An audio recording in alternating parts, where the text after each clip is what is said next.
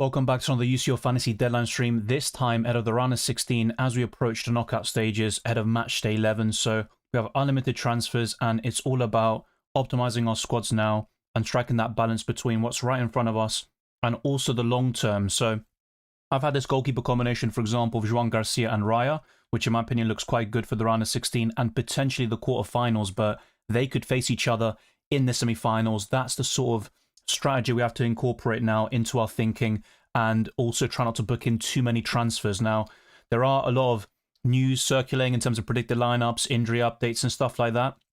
And one of them is regarding Lookman, who wasn't in one predicted lineup, and I was already quite open to selling him anyway, but this could be a repeat of Matchday 10 where I sold him for a hit and he ended up getting an assist from the bench. But even if he can do something in a short cameo against Tottenham, I don't want to have players who won't have secure minutes moving forward. So I think there could be quite a few changes, and patrons and channel members can see my current squad as it is right now. And that includes a few modifications, and there could be even more, which I'll finalize throughout the entirety of this deadline stream. Drop a like, subscribe, hit the notification bell and all that good stuff. Click the hype button and share this with those that love UCL Fantasy and FPL. And stay tuned, of course, for Game Week 30 content with a lot of double and blank game weeks headed your way there for Fantasy Premier League. But right now, the focus is on the Champions League. I'll be answering your questions for the remaining 1 hour, 50 minutes. And if we do hit our Super Chat goal, I'll be going live for even longer and we can discuss other factors and also react to the early kickoff between Galatasaray and Liverpool. And those lineups will be out in 40 to 50 minutes time, and I'll be covering it with you. And the same goes for predicted lineups elsewhere, so you have the full picture for the upcoming deadline. Majon says, yo, how are you, Dylan? I'm doing well. Hopefully you are too. Haaland or Kane? I'd rather go for Harry Kane. I know he's an injury doubt right now, but as I covered in my team selection video yesterday, he did train yesterday and he also felt no discomfort. So all the signs are pointing towards Kane starting against Atalanta, and I think his ceiling is significantly higher than Erling Haaland, who is facing Real Madrid away. If I go Haaland, I'll get Diaz too. If I go Kane, then no Diaz. Already own Elise and Upamecano. Yeah, I would stick with Harry Kane. Just a sort of reminder, there are a lot of suspension risks, and whilst there are no suspensions right now, which is quite a rarity in UCL Fantasy, you just named two players there who are one yellow card away from suspension and they don't reset until the semi-final stage. So Elise and Upamecano, if they get one more booking, they will miss the next Champions League game. Yeah, I think Kane will start today. I'm very confident about that, and I'd be very surprised if he didn't end up being my captain. Thank you to Debbie for the super chat. If you've got any message, then let me know in a non-super chat and I can get through that, but much appreciated there. Luis Suarez or Peter Haug? I think they're both good choices, but Peter Haug is my current preference. He's in my team right now. That hasn't changed, but he's another one that could also make way. I was looking at Seinof, but in that lineup I mentioned by Marca, where Lookman doesn't feature, it's actually quite surprising, but Seinof wasn't in there either, and they had Griezmann with Alvarez up front, so that'd be quite interesting. What do you think of a triple Barca mid?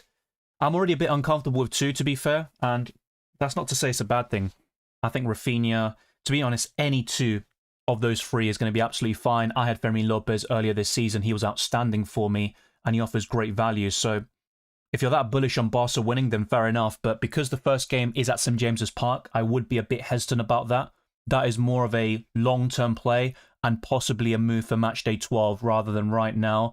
I know Newcastle haven't been that consistent, but in the Champions League, they were quite competitive against Barcelona back in Matchday 1, and they are capable of scoring a lot of goals in any match. I know in this context, of course, it's about having midfielders. It's all about going for the goal threat there, but I think probably two. I would trim it down to two if possible. Arsenal have a chance for a treble this year. Quadruple. No, I don't want to get too carried away, to be fair. I think in terms of each individual trophy, Arsenal have a good chance of winning it, but to win all of them at once is very difficult, and a treble, the same thing. Man City are also in the hunt for a treble or quadruple, but yeah, I wouldn't look too much into it. There's still a lot of football to be played, and Arsenal's recent performances haven't been great, but they are getting the job done. Yeah, Cancelo's in great form there. It's a good shout. Cancelo has 2 assists out of the last 3 matches and some good performances in there too. He is playing as a left-back at the moment, but he can play on both flanks. And yeah, I'm actually interested in Cancelo myself. If I don't go for Joan Garcia as my goalkeeper for the Tuesday, I might cover Barca defensively with Cancelo. Having said that, I think Newcastle will score tonight. Also, Frimpong to Van Dijk. Yes, I think Van Dijk is a significantly better option. He's got 2 Player of the Match awards, 2 goals, 2 assists, 40 ball recoveries. Yeah, I think Van Dijk is a much better option. Can Bodo Glimt get by Sporting? Yes, they can. I think at home, Bodo Glimt are more likely to win this game coming up, but across both legs, it's still very tough to call. But they have defeated some really big teams, and they got a 2-2 draw against Dortmund after being 2-0 down. That was the sort of game changer for them when their fortunes turned for the better, and they ended the league phase campaign very strongly. They've actually got 8 wins out of the last 10 matches as well, so Bodo Glimt are in a good position. Good to see you, Basel, and everyone else in the chat. A lot of people in here. I'll try to whiz through these and focus on the member questions as well, but a big up to Ahmed for gifting 5 memberships so early. Massively appreciated, as always. Elise and Szoboszlai for the other 2 midfielders besides the free Barca. Yeah, I do like Elise and Szoboszlai. They're both in my team. My only concern there is that Elise is a suspension risk, but yeah, I'd probably trim down one of the Barca midfielders. I'll be honest though, in terms of finalising my squad, the area where I'm having the most trouble is in the midfield because I'm looking at Lookman, no pun intended, and I'm just open to other ideas there, especially with the minutes risk and some predicted lineups not featuring him in there. So I can understand why you might want to double or triple up on a certain midfield, and I've currently got that with Rafinha and Lamine Yamal, but having 3 is probably just not my cup of tea, really, but that could obviously change, and when we get to the semi-final stage, it's a different story, but in the round of 16, I try to diversify when possible. So to John, Majon, Driga, It's Uno, and Shank, enjoy the membership for an entire month. That means early access to my videos, prior to platter comments, and many other perks, and you're going to see that in today's live stream, where it's so busy, and you will be answered on a first-come, first-served basis. Good to see you, Harrison James. Big up, Dylan. Hope you're well. Likewise, mate. Thank you very much. Ruggeri or Cancelo as a differential? I'd probably go for Cancelo, but that's more of a long-term pick. I do recognise that Atletico Madrid defenders are a bit more appealing for this match day against Tottenham at home. But let's not forget, as bad as Spurs have been, they were very impressive in the league phase. They had the best fixtures, but they capitalised on that and finished in the top 4, I believe, if not 5th. So Tottenham also kept quite a few clean sheets. They were quite difficult to beat. But under Igor Tudor, I'm just not sure if I see any signs of that. With Thomas Frank, and obviously let's not forget the amount of injuries they've had recently, but yeah, if they still had Thomas Frank, I'd be a bit more optimistic about their fortunes in the Champions League. Atletico Madrid are very inconsistent, so would it surprise me if Spurs scored in both matches? Not really.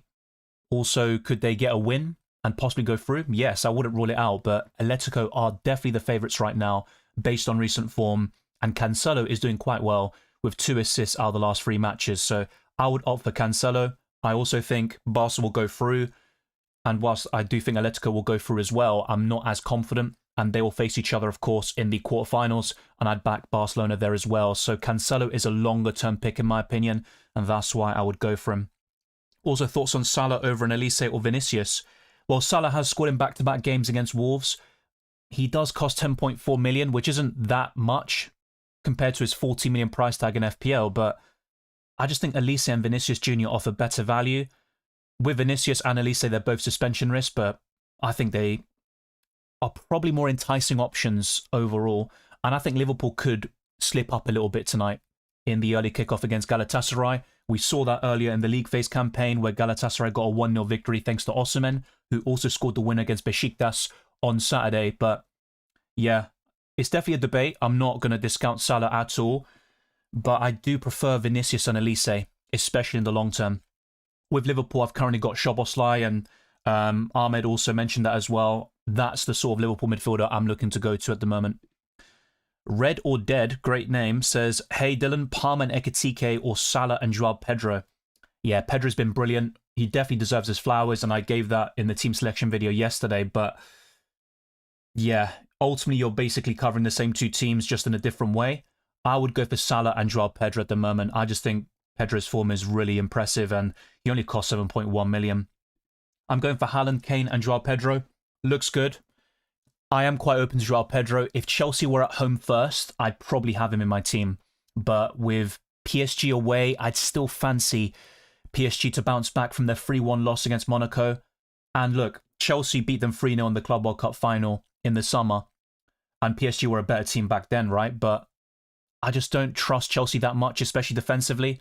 And of course, with the attackers from that game, whether it's Doué, Kvaratskhelia, Barkala's going to play up front according to reports, and then definitely Joao Pedro at the moment, based on his recent form, Cole Palmer, they're all worth including basically, but I'd be a bit careful because if you've got Hakimi, maybe another PSG defender or some assets in the midfield, you are almost guaranteeing an elimination at least, depending on your structure. And I don't want to have too many players from the same game, especially like 2 from Chelsea and 2 from PSG. You do get free transfers for the second leg of each round, and then 5 free transfers for the first leg of each round of the competition. But yeah, I do like that forward line, to be fair. I think Haaland and Kane speak for themselves, and Joao Pedro, with his recent form, definitely is worth the inclusion and consideration. Yeah, I think Kane will play tonight, and I covered this in my team selection yesterday, really. So yeah, just be patient, and your questions will be answered. So I'll go through the sort of unique questions that I see. Any spamming will not be tolerated. Drigger says, hey Dylan, hope you're doing well. Thank you very much, Drigger, and enjoyed membership. How's the draft? Kane, Sorloth, Ekitike, Yamal, Fermin Lopez, Elise, Vinicius, Semenyo, Hakimi, Van Dijk, Nor. I probably should know this, but yeah, Gabriel, Grimaldo, Raya, and Donnarumma. Yeah, looks pretty good. I'm just trying to make out who Nor is, but... Right, okay, so you got Semenyo in there for the City coverage. At 7 million, that's pretty good. His Champions League debut against Real Madrid. I'm not so sure about Ekitike, especially away from home. I'd rather have Joao Pedro, actually. Osimhen, Sorloth, if you back him to start, Haug, Luis Suarez. I think those strikers look more enticing for Matchday 11. Now, don't get me wrong, across both legs, I think Ekitike could have a say there, but just a bit hesitant about that. And in terms of suspension risks, bear in mind that Vinicius and Elise will miss the next game if booked, and there are some rumours of Sorloth and Lookman being benched today, or at least a predicted lineup by Marca. He might not be the most reliable, but they can sometimes get it right with the Spanish teams. Thank you very much, Majan. Yeah, and also enjoy the membership, but all the music in the intros are by my cousin. Sorloth or Peter Haug? I'd go for Peter Haug, especially with that lineup I saw from Marca. Good to see you, Restolen. Here we go, says Johnny. Yes. Luis Suarez against Kasper. I'd rather go for the Bodo Glimt striker. So I'm guessing you're talking about Kasper Hug.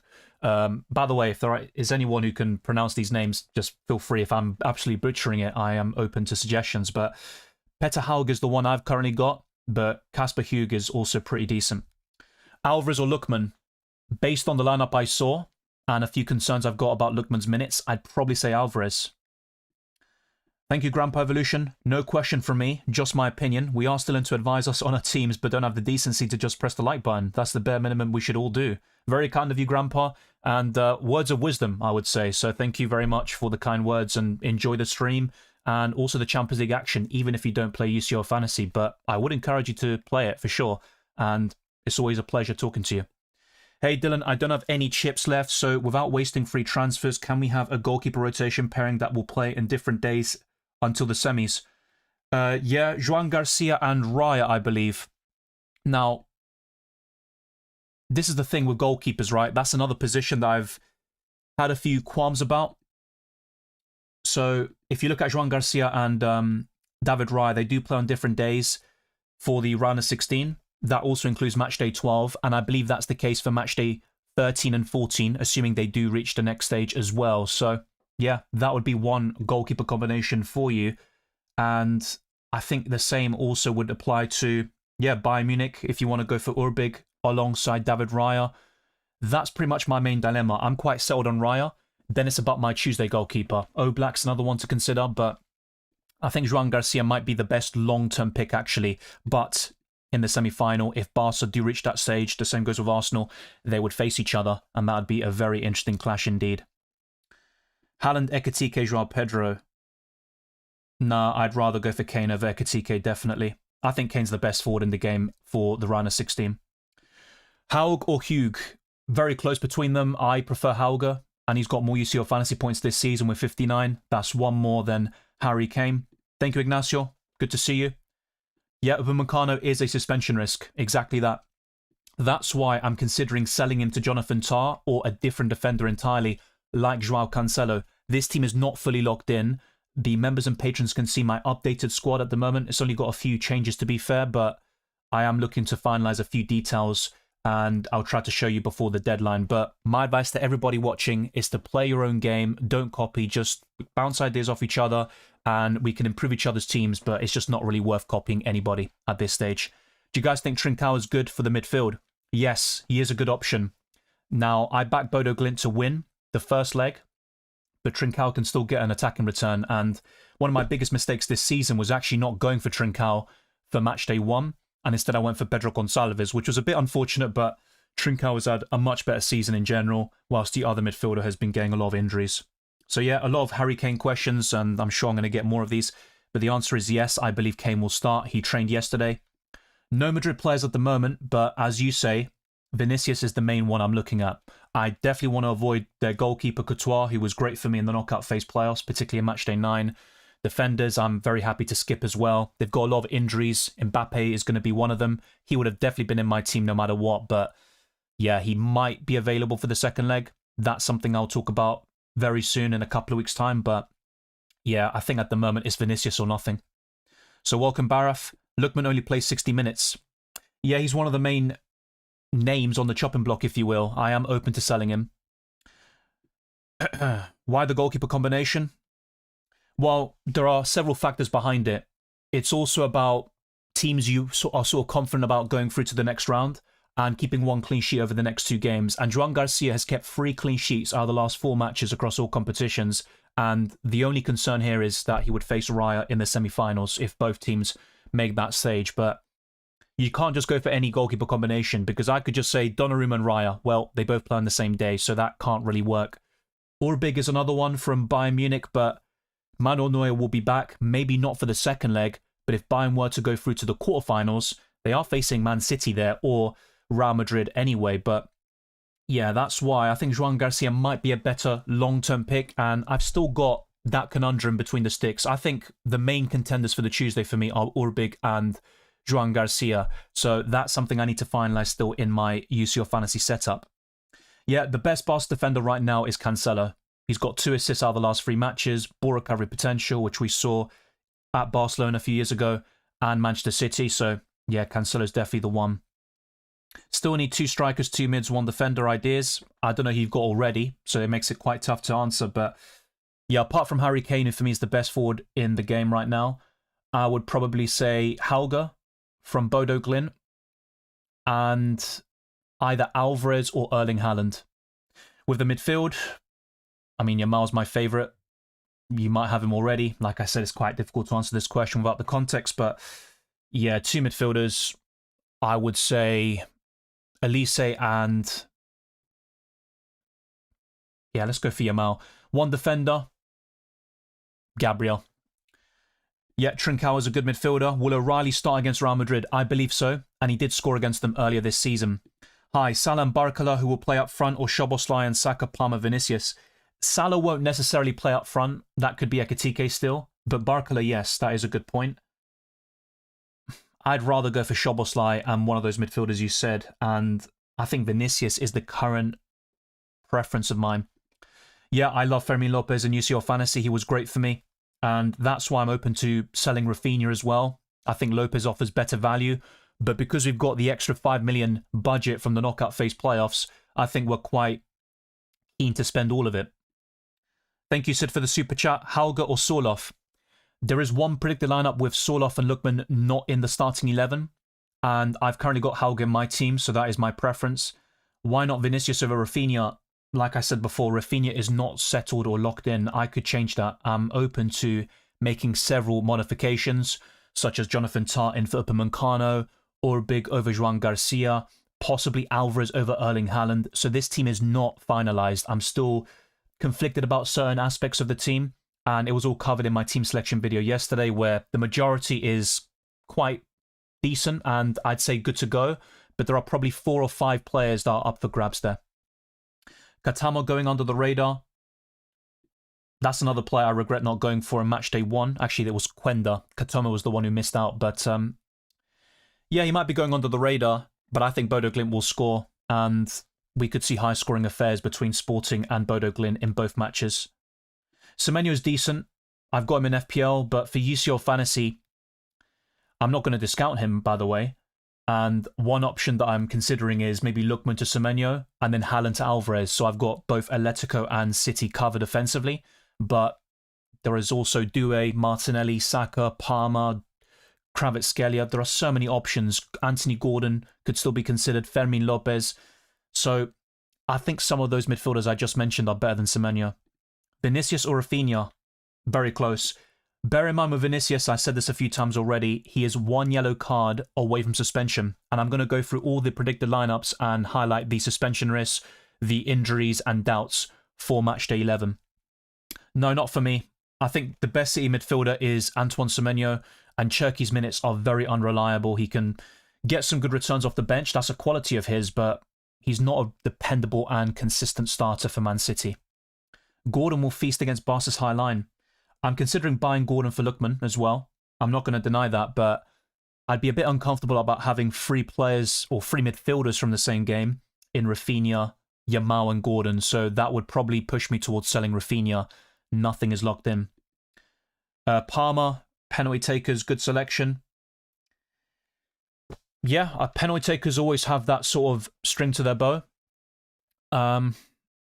Palmer's a good option. He's only played 2 times in the Champions League this season, and he got 7 pointers against Bayern Munich and Napoli away, so we do know the quality he possesses. He has been very inconsistent in the Premier League over the course of the season, but we know the capability of the player, and the fact he's on penalties is a massive boost. But there's also Vinicius Jr. He's going to be on penalties in the absence of Kylian Mbappe, and there are more penalty takers where that came from, like Anthony Gordon as well, so he's not the only penalty taker in the midfield. Semenyo over Lookman, risky but gut feeling. Well, Lookman is risky to be fair because of the minutes. So I'm looking at selling him myself, and Semenyo is one of the names on the shortlist. I can send you a sound clip somewhere. I did hear some over the past couple of weeks, but yeah, so many names, so many pronunciations, and it can slip your mind, right? But yeah, I saw the Haug or whatever, and then there's Hug. I saw different pronunciations for this guy, and it's kind of crazy, but yeah, I'll call him Hugh. How about that?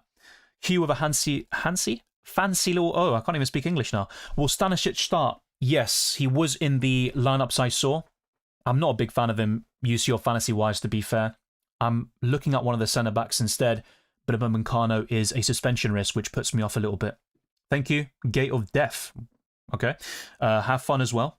Haaland and Elise or Diaz and Semenyo? Haaland and Elise, which is what I've currently got. Good luck as well, Lager, and thank you, Johnny. Very kind words. Not everyone agrees, but at least you do. When will Neuer be back? Probably for Matchday 13.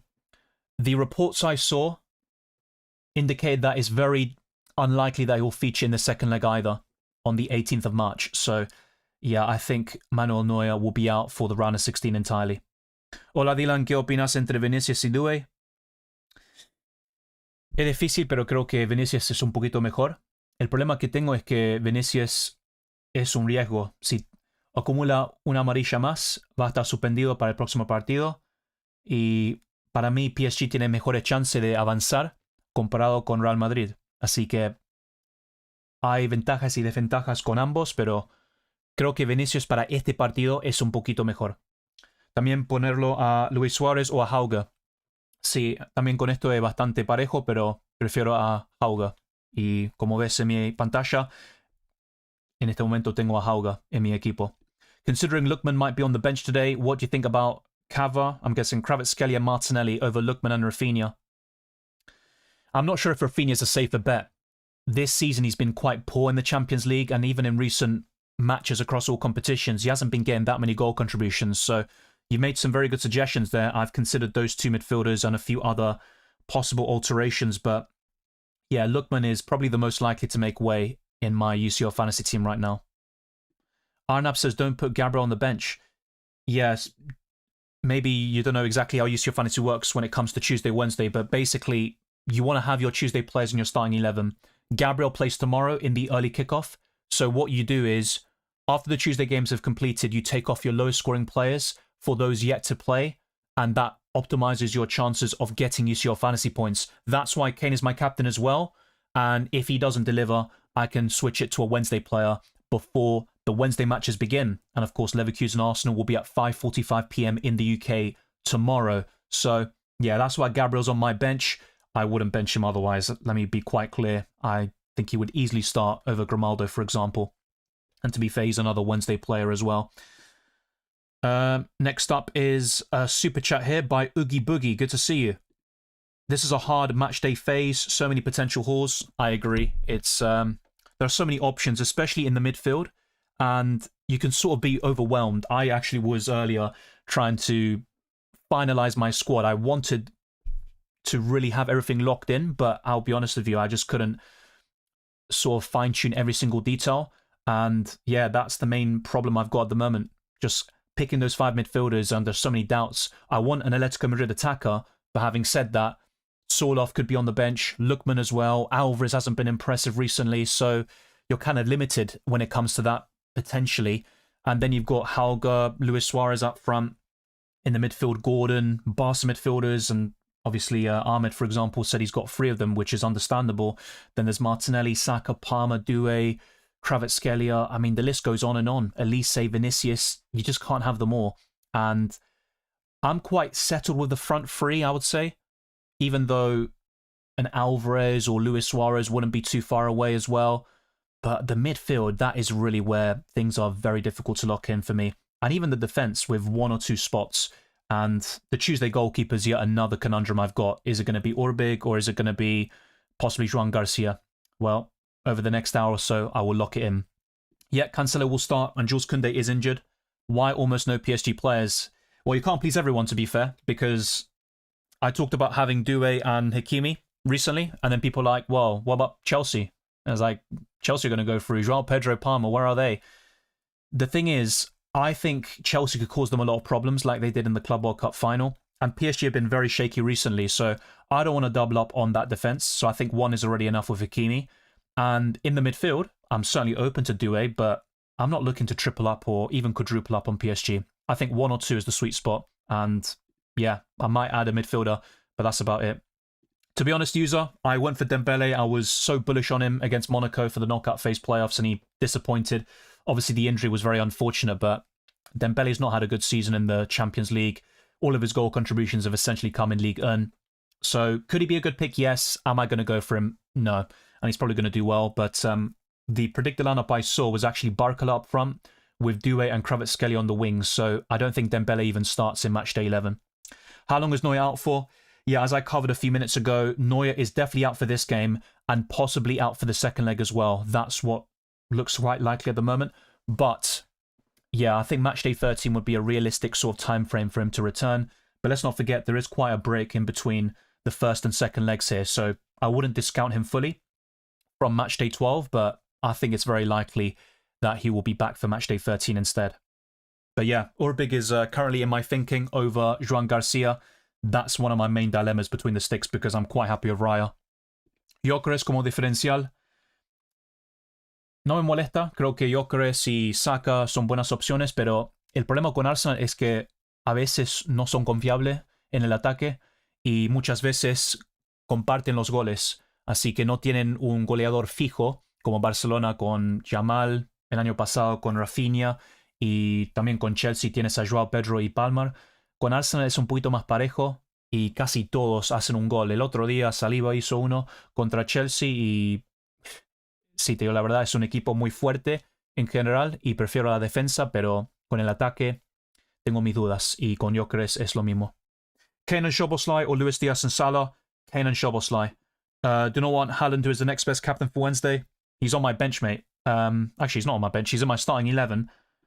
But remember, you captain a Tuesday player first, and on the Wednesday, you can then switch it if you're not happy with your Tuesday captain. That's why I've got Gabriel on my bench, and Haaland's not even considered for the captaincy right now.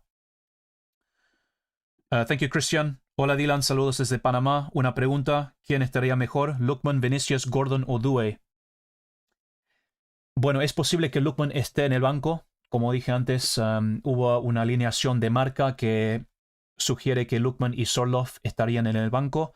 Así que para mí es entre Vinicius y probablemente Doué. Pero te digo la verdad, estoy muy... sí, para mí es muy difícil elegir uno entre ellos 3. Y te digo la verdad, si reemplazo a Lookman, creo que iría por Vinicius. En mi caso no tengo el dinero para hacerlo. También significa otros cambios. Por ejemplo, Rafinha para Vinicius y después uno de Gordon, Due o alguien así, Martinelli, para reemplazar a Lookman. Pero no, para mí Lookman lo voy a vender, digo la verdad.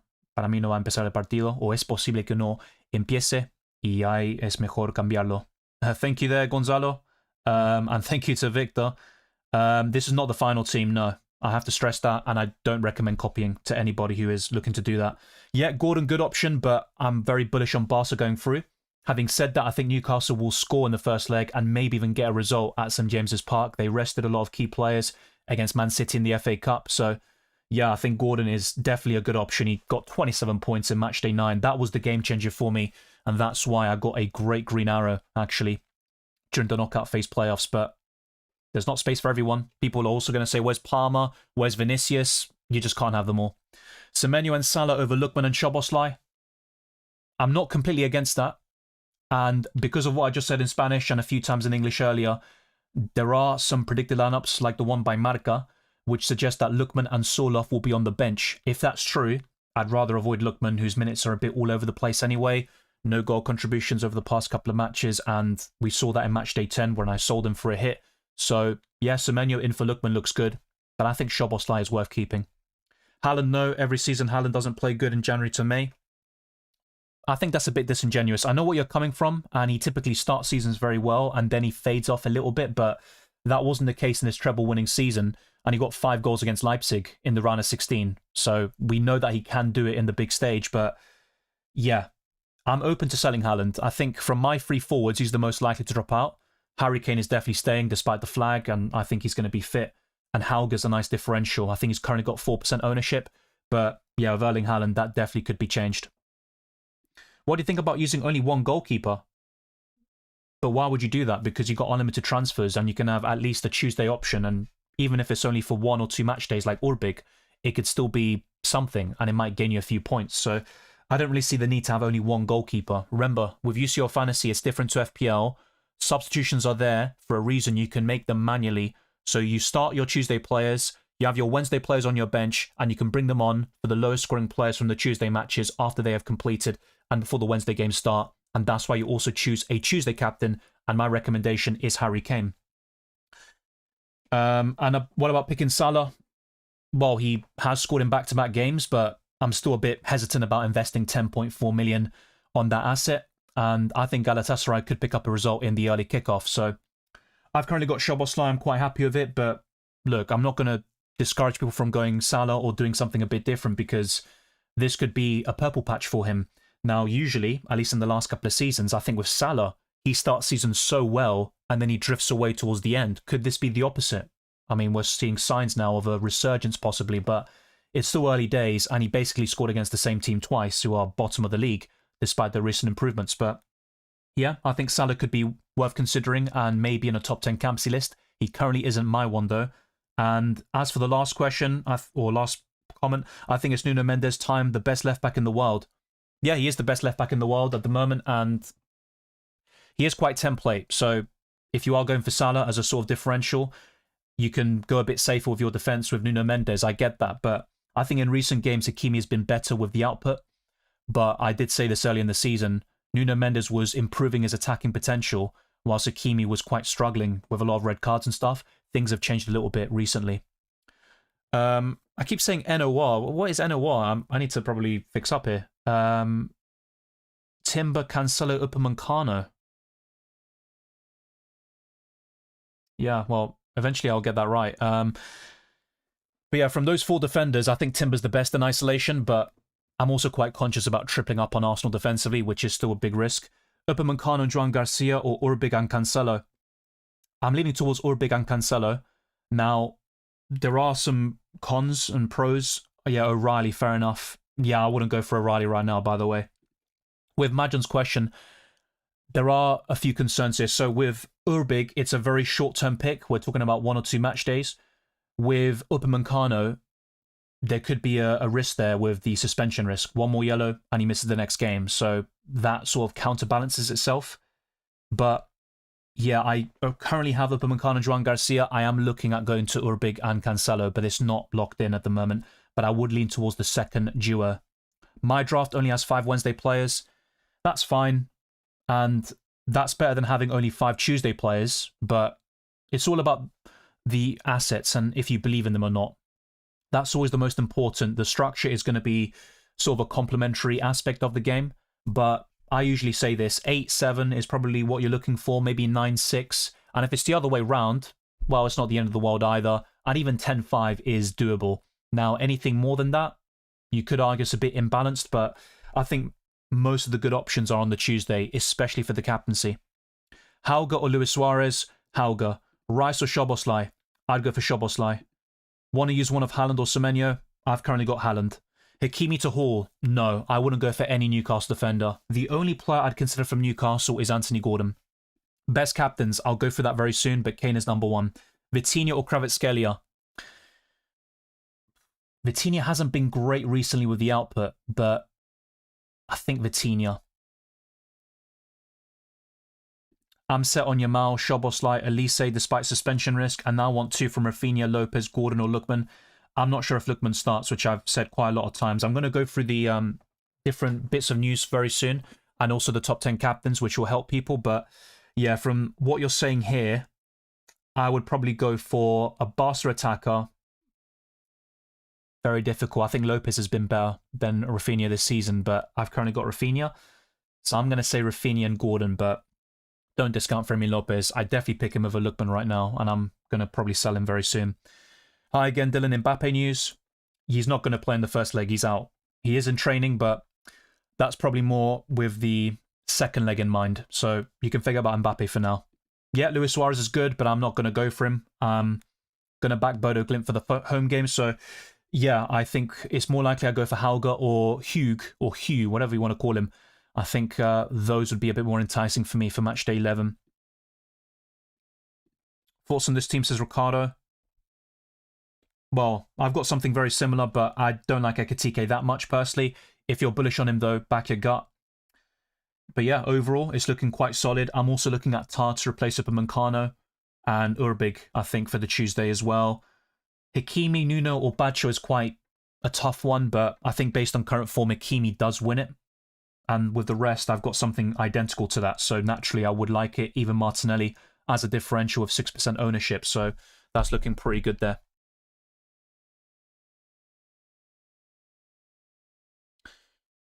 Okay. Best captains. Yeah, that's going to be covered soon. I already went through that. But we should get the lineups fairly soon. And once we do, I'll be going through it. We've currently got over 1,000 people watching. Let's get the likes up as well and make big strides towards 39,000 subscribers. It'd be greatly appreciated. I think we're a couple of hundred away at this point, but we can definitely make significant progress after today's stream.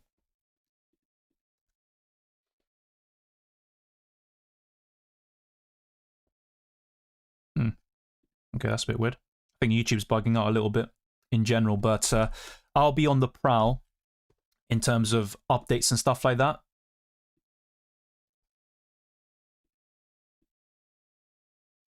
Let's see.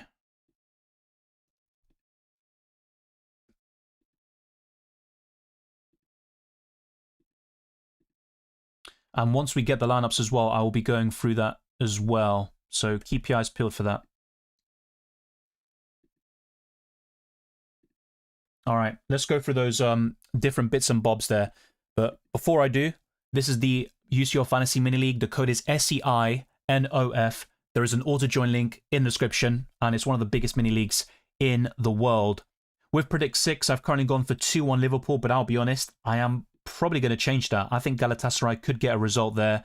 I've gone for Newcastle 1, Barcelona 3, and the same scoreline for the Atalanta-Bayern Munich game, with Leverkusen 0, Arsenal 2, Real Madrid 2, and Man City 2, but not locked in there. And I've gone for PSG 2, Chelsea 1. But I think the Blues could go through over both legs.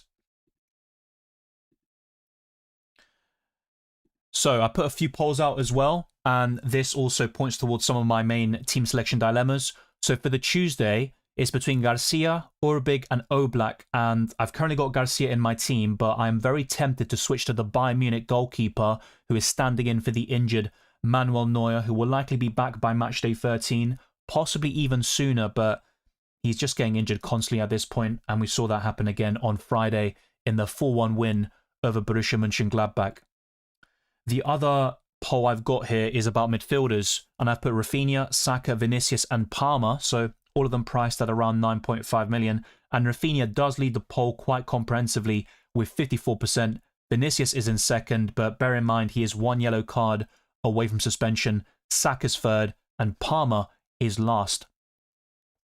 And this is another one, looking at mid-price midfielders this time round, Gordon, Lookman, Doué, and Fermin Lopez, but yeah, you're going to see very soon with the Marca predicted lineups, they don't have Lookman starting for Atletico Madrid, and Gordon is winning this vote ever so slightly. And I won't go too much into detail about Galatasaray and Liverpool because we're going to find out their official lineup very soon if we haven't done so already. But yeah, we shouldn't expect too many surprises here. Osimhen is definitely the standout from a UCL fantasy perspective, and to be honest, it's quite probable that we have the confirmation already. I'll get to that very soon. So with Tottenham Hotspur, Jed Spencer's back, Romero's back, and Dragusin as well. And for the first time, we have a team, let's say, where we can play with the players who usually play in that position. We have experience and quality back. Yves Bissouma and Souza are ineligible, while Maddison, Destiny Udogie, Bergval, Kudus, Kulusevski, Odebear, Bentancur, and Ben Davis remain sidelined. So still a lot of injuries there for Tottenham, who could line up like this, with Vicario, Romero, Danso, and Van der Ven, Pedro Porro and Gray as the wing-backs, Gallagher facing his former club with João Paulinho, Colomwani, Richarlison, and Xavi Simons. And for the home side, this is where we could see a few surprises, with Oblak in goal, Ruggeri, Hanko, Pubil, and Molina, Baena, Cardoso, Lorente, and Giuliano, with Julian Alvarez and Griezmann up front, so no Sorloth and no Lookman, who would be on the bench if Marca are proven correct. So these are other suspension risks to look out for, but you're going to see that all talked about in the UEFA.com section, of course.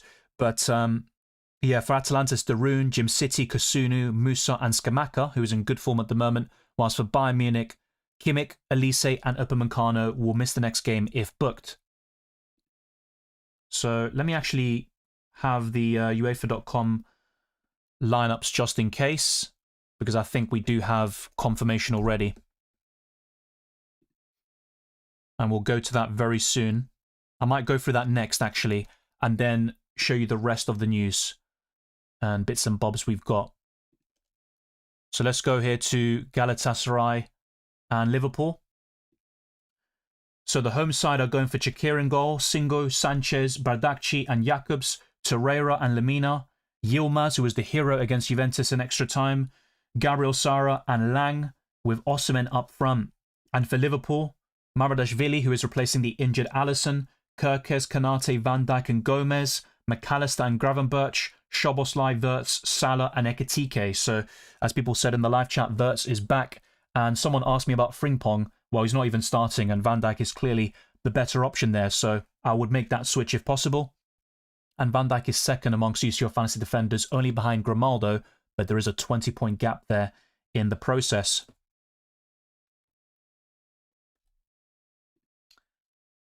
So yeah, very soon I'll go through the other lineups too.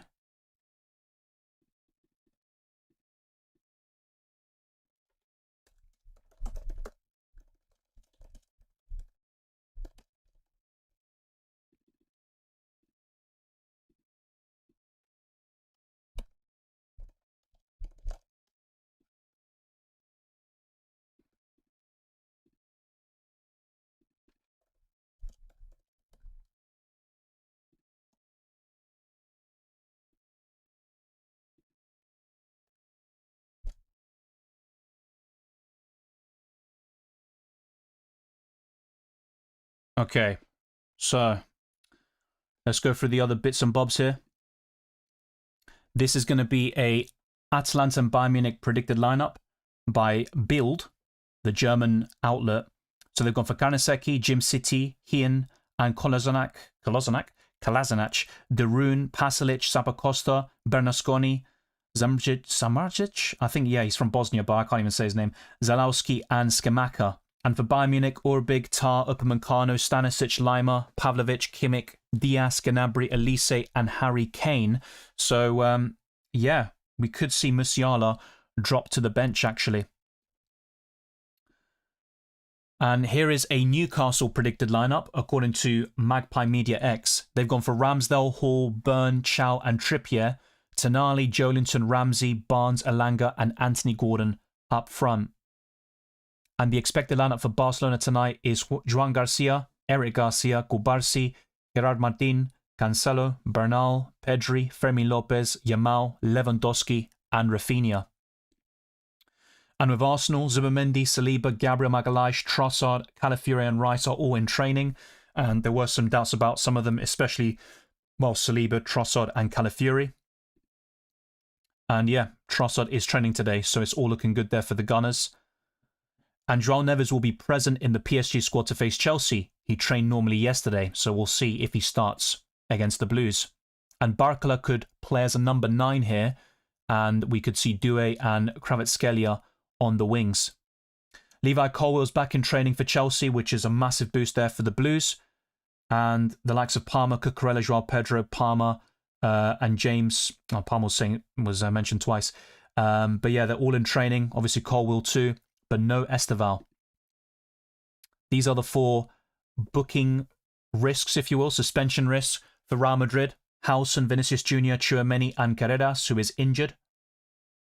And these are the players missing out against Man City: Bellingham, Mbappe, Militao, Alaba, Rodrigo, Carreras, and Ceballos. So Haaland is back in regular team training with the Man City squad, and he's expected to start at the Bernabeu, according to Fabrizio Romano.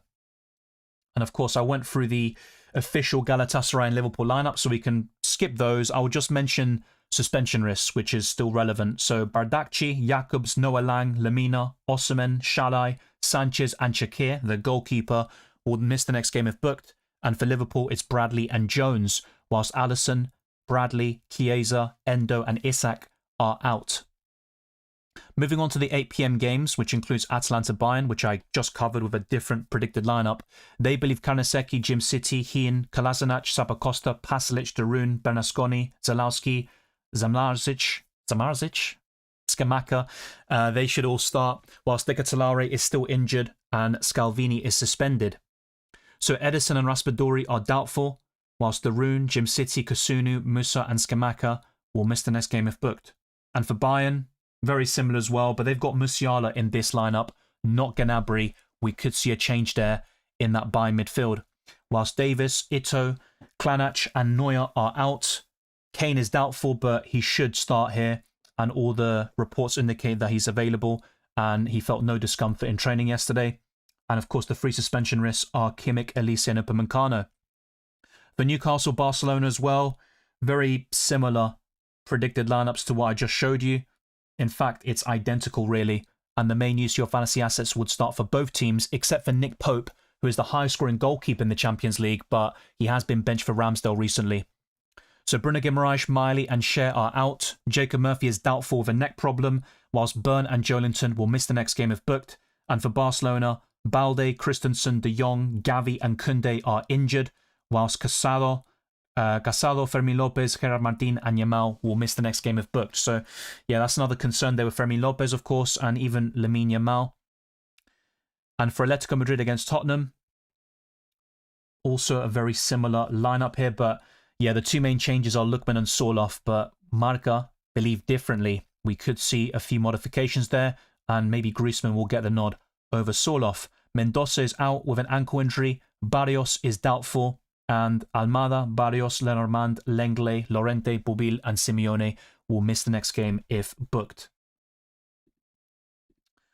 For Tottenham Hotspur, Vicario, Dancer, Romero, Van de Ven, Pedro Porro, Gallagher, Joao Paulinho, Gray, Xavi Simons, Solanke, and Colomwani. Whilst Bergval, Kudus, Odeber, Udogi are out. Dragusin and Spence are doubtful, but I think both of them are back in the mix, as I covered earlier with that update by Igor Chudo.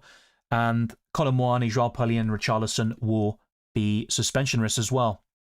For the Wednesday games, of course, we will see Leverkusen against Arsenal before the substitution deadline locks in. Blazwicz, Konsa, Kwanzaa, I should say, Andrik, Tapsoba, Grimaldo, Palacios, Garcia, Kolbref, Maza, Terrier, Kofane are the likely starters there for them, whilst Arthur, Badi, and Lucas Vasquez are out. Patrick Schick is doubtful. Garcia and Kofane will miss the next game if booked. And for Arsenal, we could see a pretty stable 11 here with Raya, Timber, Mosquera, Gabriel, Hincapié, Zubimendi, Rice, Eze, Saka, Gyökeres, and Martinelli. But Saliba is back in training, so we could see him start over Mosquera. Marino, Odegaard, and White are injured.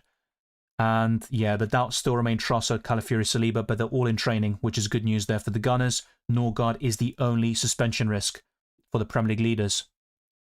And for PSG, they have gone for Dembele in this lineup, but yeah, no Kvaratskhelia. I believe it will be Dembele on the bench and Kvaratskhelia starting, with Safonov, Hakimi, Marquinhos, Bacho, Nuno Mendes, Zé Emery, Vitinha, João Neves, Doué, and Barcola. Fabian Ruiz is out, and Nuno Mendes is a suspension risk, so watch out for that one as well. And that could be another reason why we should go for Bacho or Hakimi to cover that PSG defence. With Chelsea, Jorgensen is now the #1 goalkeeper, with James, Chalobah, Fofana, Cucurella, Caicedo, Andre Santos, Palma, Enzo Fernandez, and Joao Pedro, with Pedro Neto as well there. Levi Colwill is back technically, but he shouldn't start anytime soon, with Gittins also injured. And Esteval wasn't spotted in training. He still has a hamstring problem. Enzo and Andre Santos need to be careful with those bookings. Now, with Bodo Glimt Sporting, the main options here would be Hugh and Hauge, and I've currently got Hauge in my setup. Even Evgen has been a very promising UCL fantasy pick, so he is definitely worth the investment. And for Sporting, Francisco Trincao and Luis Suarez are my top recommendations there. With defenders, I'd probably avoid them from both sides. I could see some high-scoring affairs there between Bodo Glimt and Sporting CP. So Auckland, who scored a brace over the weekend, and Berg are suspension risks. And for Sporting, Araujo suspended. The same goes for Pedro Gonçalves, Ionadis, Ricardo Mangas, and Quenda are injured. And Luis Suarez is a suspension risk. So maybe that's another reason why I prefer the Bodo Glimt strikers, to be fair, because, yeah, you don't want to have too many of these players walking the tightrope when it comes to suspensions there. And there's one more game, of course, between Real Madrid and Man City. Just kind of a quick look to see if we get any updates and stuff like that, but it's not looking too shabby at the moment.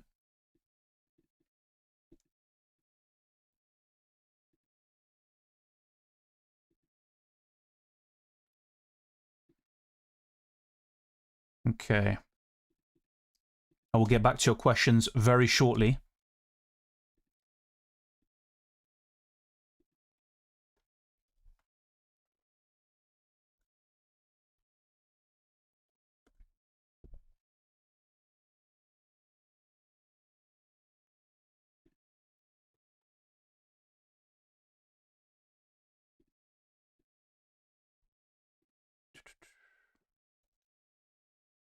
But yeah, very soon, I think what I'm going to do is just start locking things in, because I do not want to leave this to chance. Definitely not.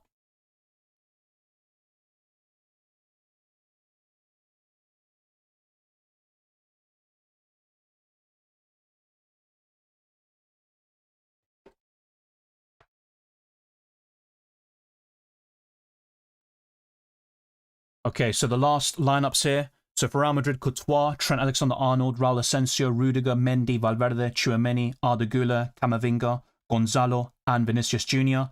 Alaba, Bellingham, Ceballos, Eder Militao, Rodrigo, and Carreras are all out. Mbappe is doubtful, but pretty much he is not in the running for Matchday 11. We could see him return, though, for the second leg. And in terms of suspension risks, Real Madrid have plenty, with Bellingham, Carreras, Howson, Rodrigo, Tchouaméni, and Vinicius Jr. And for Man City, we could see a lineup of Donnarumma, Matheus Nunes, Ruben Dias, Guehi, O'Reilly, Rodri, Bernardo Silva, Cherki, Marmoush, Doku, and Haaland. I personally think Semenyo will start. And in terms of injured players, Gvardiol, Rico Lewis, and Kovacic. Savinho is doubtful with a muscle problem. Guehi, O'Reilly, and Savio will miss the next game if booked. Obviously, Guehi was in the Conference League, and those suspensions and also yellow cards carry over across European competitions. Let me show you my current plan in terms of my team selection, and you're going to see how I did in Matchday 10 as well. It was all covered in my team selection video, but just to kind of give you the big picture here, I am selling the vast majority of those players from the knockout phase playoffs. Only a handful remain, if that, and it could just be wholesale changes in general. Gordon is one of those options I could keep hold of. The same goes for Vinicius and Grimaldo, but I look at the rest and they are all disposable, to be fair. And I think with my main conundrums, they are in the goalkeeper position. So I'm quite happy with David Raya. He's going to come in for Thibaut Courtois. But what about my Tuesday option? Will I go for Orbig, Oblak, or possibly Joan Garcia? With defenders, Van Dijk could come in for DeMarco, and Yamal is definitely going to be in my team despite the suspension risk. And Harry Kane is the best captaincy option, and I'm going to show you the top 10 list very soon. So this is my current squad, and there could still be more modifications there. So Orbig is currently my preference as my Tuesday goalkeeper, and I could go for Tar instead of Upamecano to save me a suspension risk with Gabriel and Van Dijk, Rafinha, Yamal, Szoboszlai, Elise, and I think Lookman will be sold, to be fair. It's just about who do I replace him with Hauge and Harry Kane as my two strikers. I'm not exactly sure about the Wednesday, by the way, when it comes to my captaincy, but Hauge would not be discarded there as a differential captaincy pick, but Harry Kane will definitely take the armband tonight. There is no doubt about that, and I will keep patrons and channel members informed about my substitutions and captaincy changes. But on the bench, I've got Raya, Grimaldo, Hakimi, and Erling Haaland, and even the Norwegian striker isn't safe. I could go to Alvarez or a different forward entirely, but yeah, I'd say 3 or 4 of these options are up for grabs. The rest is fairly settled in the grand scheme of things. Let's go to the odds instead of showing that again. So this is the deadline, 6:45 p.m. in Europe, and in the UK it's only, well, everywhere it's only an hour left basically, and it's going to be 5:45 p.m. here. But you saw Nick Pope, the highest scoring goalkeeper. He could be benched for Aaron Ramsdale. Grimaldo is UCL Fantasy Gold, but he is up against Arsenal, who are currently the favourites to win the Champions League. Van Dijk, Nuno Mendes, Romero and Byrne completes a very interesting top 5 list, which could change dramatically after the round of 16. And Gordon is the highest scoring player across all positions, and the same goes for the midfield, with Vitinha, Szoboszlai, Vinicius and Martinelli in the top 5 there as well. So with forwards, Mbappe, Osimhen, Hauge, Kane and Alvarez, they are top, and Gordon leads the way across all positions.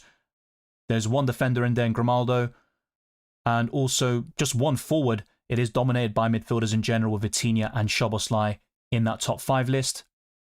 So in terms of new signings, Semenyo should definitely be considered at 7 million. I think he'll start. The same goes for Mark Gay, but he is a suspension risk, and I'd rather go for Joao Cancelo if you want someone at that price tag with 2 assists out of the last 3 matches. With Conor Gallagher, though, I'll be honest, I'm not really looking at him. At 5.5 million facing his former club, I'm quite happy to steer clear from the Tottenham midfielder. So these are the clean sheet odds. Arsenal are top, but the probability is quite low for a team leading the way. 44% against Leverkusen away from home. Atletico Madrid, Bayern Munich, Liverpool, PSG and Man City complete the top 6, and Atalanta are bottom with a 13% chance of keeping a clean sheet against Bayern Munich. So these are the top 10 captains. Harry Kane is number 1 for me. He is technically flagged, but I think that'll be removed fairly soon. Let me actually change this as well. I'm not sure why it keeps doing this. Wait, where? Let's actually change. This should work now. Okay. Is that working? I think it is working now, right? Oh, right. Yeah, we can ignore Lookman, by the way. I would definitely change that in my top 10 captaincy list. So, yeah, that is currently what I've got at the moment. And even with Rafinha, I'm quite hesitant about placing him that high. So I am open to making a few changes to this top 10 list. But what I'm very confident about is Harry Kane being the best captaincy option today for the Tuesday set of matches. Let me know your thoughts as well in the live chat. Who would you go for on the Wednesday if needed? And of course, you want to get things sort of secured and settled by the Tuesday anyway.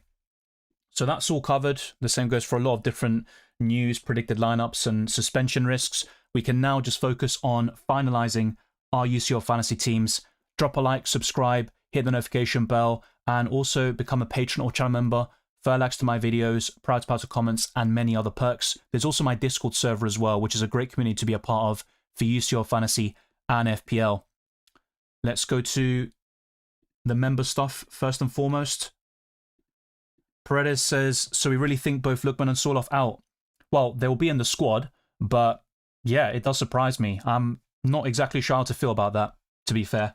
What is he planning? Well, Tottenham still were quite solid in the Champions League, and you can't underestimate them. Having players like Soloff and Lookman off the bench can make a big impact there, but yeah, for both of them to be on the bench would be quite surprising. No, Mbappe's not playing. Yes, Kane is all right. That was covered earlier. That's why he's still number one in my captaincy list. Grimaldo is good for this round, but not as likely to go through, causing a likely transfer. Yeah, agreed.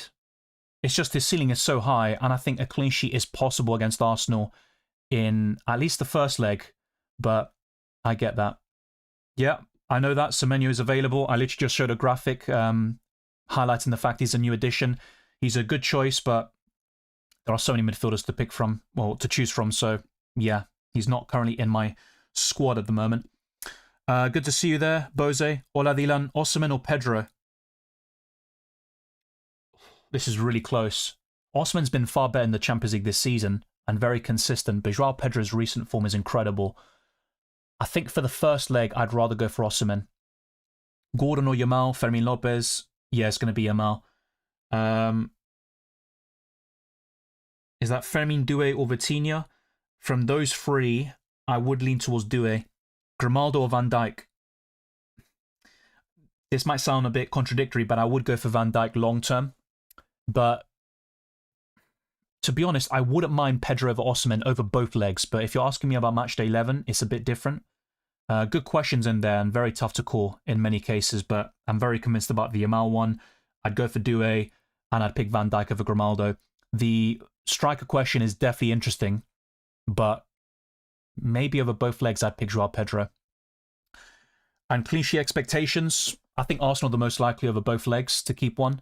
And they are top even in Matchday 11, despite being away from home. So apart from Arsenal, Bayern Munich, I think, which is why I'm open to going for Urbig and one of Upamecano or Jonathan Tah. Having said that, I wouldn't triple up defensively on any team except possibly Arsenal. And with double ups, I think I'd keep it at a minimum to 2. And that's where Arsenal and Bayern would come into play. So yeah, even with Liverpool, I think Van Dijk is enough. PSG, no, I think one defender is more than enough as well. And Hakimi might be the best option right now. So yeah, that'd be the answer to your questions there. Thank you very much for the kind words and a big up to the community for all these great questions. So just to make it very clear, by the way, I'm not saying Soloff will definitely be benched or that you should sell him or skip him, but Marca don't have Lookman or Soloff in their predicted lineup, which is a big, surprise to me. But there you go. Like I just mentioned, and you also saw my graphics, right? I did go for Tah over Upamecano. That's one of the changes I'm looking to make, actually. And that was relayed to patrons and members first before the stream even went live. So I am looking to make a few changes. Nothing is locked in yet. And I don't recommend anybody copying as well, because otherwise you're just basically limiting yourself. Thoughts on Katomo? I think Bodo Glimt will score. But if you are backing Sporting to keep a clean sheet, I think Katomo would be the most exciting Sporting defender. He's got a bit of attacking threat there. Possibly their nuclear atoms, but Alvarez let me down big time in the knockout phase playoffs, just like Ousmane Dembele. So maybe that's playing a part, but I'm definitely avoiding Dembele, who might not even start for PSG. Alvarez should get the nod for Atletico Madrid, but he was subbed off early in Matchday 10, and we could see something similar, especially if Lookman and Soloff are on the bench. We could see an early sub there for Alvarez, so I'm not entirely sure about him. Thank you very much, Oogie Boogie. Good luck with your car, and hopefully it's all well. How do I know Kane will play? Well, I can't guarantee it. I can't tell you with a crystal ball, yes, he's going to play this amount of minutes and score a hat-trick, but he trained yesterday. He felt no discomfort. I talked about this in my team selection yesterday. He's going to be my captain. And with his recent form in mind as well, scoring or assisting in 9 out of the last 10 matches, I'm very bullish on him. Oblak and Cancelo or Joan Garcia and Grimaldo? I'd go for Oblak and Cancelo at the moment, but very close question. I do like Grimaldo, to be fair. That is a good one. I believe Real Madrid. Oh, I just lost the question. Thank you there, Nashwan. Much appreciated. And also to the moderators for keeping things moving. I'm not really feeling McAllister. I think Szoboszlai is a better UCL fantasy pick, but he is in good form. And he's got a couple of goals in the Premier League over the past 4 matches. Yeah, Katamo does play as a winger. I'm aware of that, which is why Matchday 1 I was talking about him a bit, but then he got injured and then there was this push for Quenda. I remember that very well. But yeah, I still think Bodo Glimt will score. Could Katamo get an attack in return? Yeah, he could, but look, I'm not completely against Katomo. Like, as a differential defender, he could certainly work there, but yeah, I'm just not really feeling it at the moment. Yes, I mentioned this a few times, Orbig is something I'm looking at. Arsenal's the only defence I'd consider tripling up on. I'd probably go for a double up in the end. Fermin Lopez or Rafinha? I think Rafinha, and I think what sways me there is the fact that Fermin Lopez is a suspension risk. If you're also going for Yamal, and you've got others like Elise, Upamecano, Vinicius, you've got to be very careful about having too many players who are walking the suspension tightrope. I would go for Halga over Luis Diaz, by the way. O'Reilly playing in midfield. Yeah, he's playing really well in that position. That's where he naturally, well, that's where he normally plays before the sort of left-back duties in his professional career. But yeah, I just don't think City will keep a clean sheet. If anything, I'd rather go for Gadomo, who is out of position as a winger, and I think I'd have more confidence in Gadomo over O'Reilly, to be fair. Let's see if I can find that question, by the way, because I was in the middle of reading it out and then I lost it. Yeah, here. I believe Real will survive this match day and Haaland won't score high. Possible. I mean, they are at home, but Real Madrid are so inconsistent. We did see them play earlier this season, and both O'Reilly and Haaland scored, and Madrid took the lead, but it wasn't enough, and they ended up losing that game. But yeah, different circumstances now. Mbappe didn't play there either, and he's going to be a big miss once again. Vinicius or Saka? Probably Vinicius, but there is that suspension risk there as well. That's the only thing that puts me off him. Elise, Palmer, Kvaratskhelia. I'd go for Elise, but once again, suspension risk. Thanks, Dylan. Lots of options and lots of confusion this game week. 1 or 2 regrets will be there. Yeah, I agree. That's why I've got a few doubts in my mind about fully finalising this team, but I want to do that very soon so I can then focus on your questions for the remainder of the stream. I would not go for Gnabry. He is in one predicted lineup by Build, and we could see Musiala make way for Gnabry as the attacking midfielder. But if you want a buy midfielder, I think it's going to be Elise. And of course, Diaz is classified as a forward in this game. Yeah, it's still going to be Yamal for me. I think he's the better pick. What about Ruggeri? Yeah, I think that's a decent punt, to be fair. And it's going under the radar. I think most people going for Atletico Madrid defenders or defensive coverage would probably opt for Oblak or Hanko. So that could certainly work. Yeah. I think Ruggeri, he's got 3 assists out of the last 3 matches. I mean, that's pretty impressive. I don't think the overall performances are particularly great, but yeah, it's definitely one worth looking at. I think with differentials at this point, you want to have 1 or 2 of them if possible, because the deeper we get into this competition, we are going to become more limited with our options, with fewer teams involved. We can still go for a few decent punts like that. Gadomo, obviously someone mentioned O'Reilly. They're all worth considering, but yeah, I think Ruggeri would be ranked higher than O'Reilly, for example. Not for me. I'm not going to recommend Ekitike captain against Galatasaray. Nah. Goalkeeper Garcia or Urbig. I think long-term Garcia is the better pick, but for the round of 16, especially for match day 11, I would consider Joan Garcia. That's the thing. Guerrero, I don't think he starts. It's going to be Lima, Stanisic, Upamecano, and Tar. So the answer to that question is going to be no, actually.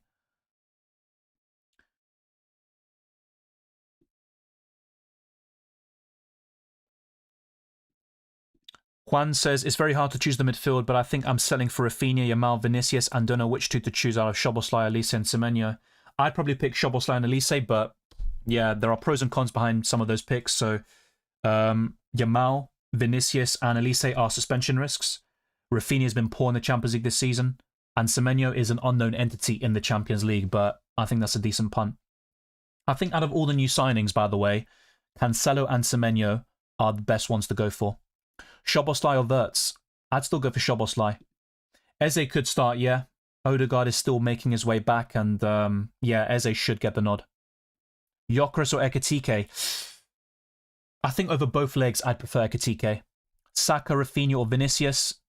I've currently gone for Rafinha, but I'm not settled on that at all, to be fair, and I could change it. As a Bayern fan, I'd suggest to keep an eye out for Stanisic and Musiala. The thing is, at least according to Build, they don't have Musiala in that predicted lineup. They've got Gnabry instead, which Bayern fans aren't too happy about. But yeah, Stanisic could be a decent punt. We saw this in the Club World Cup as well, and I think Jonathan Tah scored in the opening game against Auckland City. Good times. I went for Upamecano, if I'm not mistaken. And yeah, there was a massive swing there as well. But my main concern, of course, with Upamecano is the bookings. I've been mentioning that a lot today, but it's worth considering for future rounds as well. You don't want to lock in too many transfers or have many risks, which will sort of force your hand a little bit in match day 12 and beyond. Trincao and Suarez to score? Possibly, but Suarez is another suspension risk, and I think one is probably more than enough. Yet Neuer is injured, which is why Urbig is a decent option for the short term. Why no Vitinha? Because you can't have them all, mate. Vinicius is good for this week. He has a good history against City. Yeah, I agree, but also, once again, you're looking at the suspension risk. That's the main concern of Vinicius Jr., but I am open to selling Rafinha to him, to be fair. So that's where something like Jonathan Tah for Upamecano can also work quite nicely.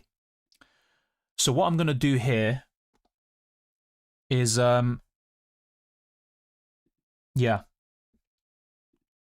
start making a few moves and getting one step closer to locking things in. So Rai's going to stay. I am looking at possibly selling Joan Garcia to Urbig. And then Grimaldo to Joao Cancelo, possibly. Rafinha could become... Or you know what? I could do something like this. I'd sell Lookman to Vinicius. But I'm 0.4 million off now. And if I want to get Jonathan Tah for Upamecano, I'd be 0.8 off. And that's where Rafinha could become Desiree Doué. That could work. 8.5 million and below. Even Haaland, of course, could be a so-called sacrifice. So yeah, there are quite a few things to consider here. But I'm just not a big fan of Alvarez's recent form.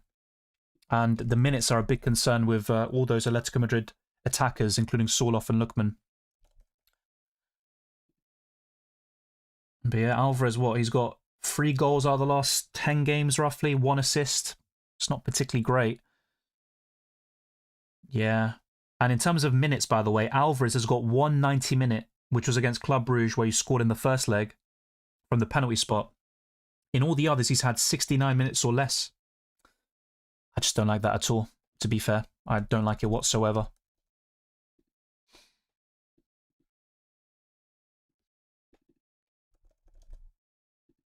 If Mbappe was fit, he would definitely be in my team over Haaland, by the way. That would just not be a debate.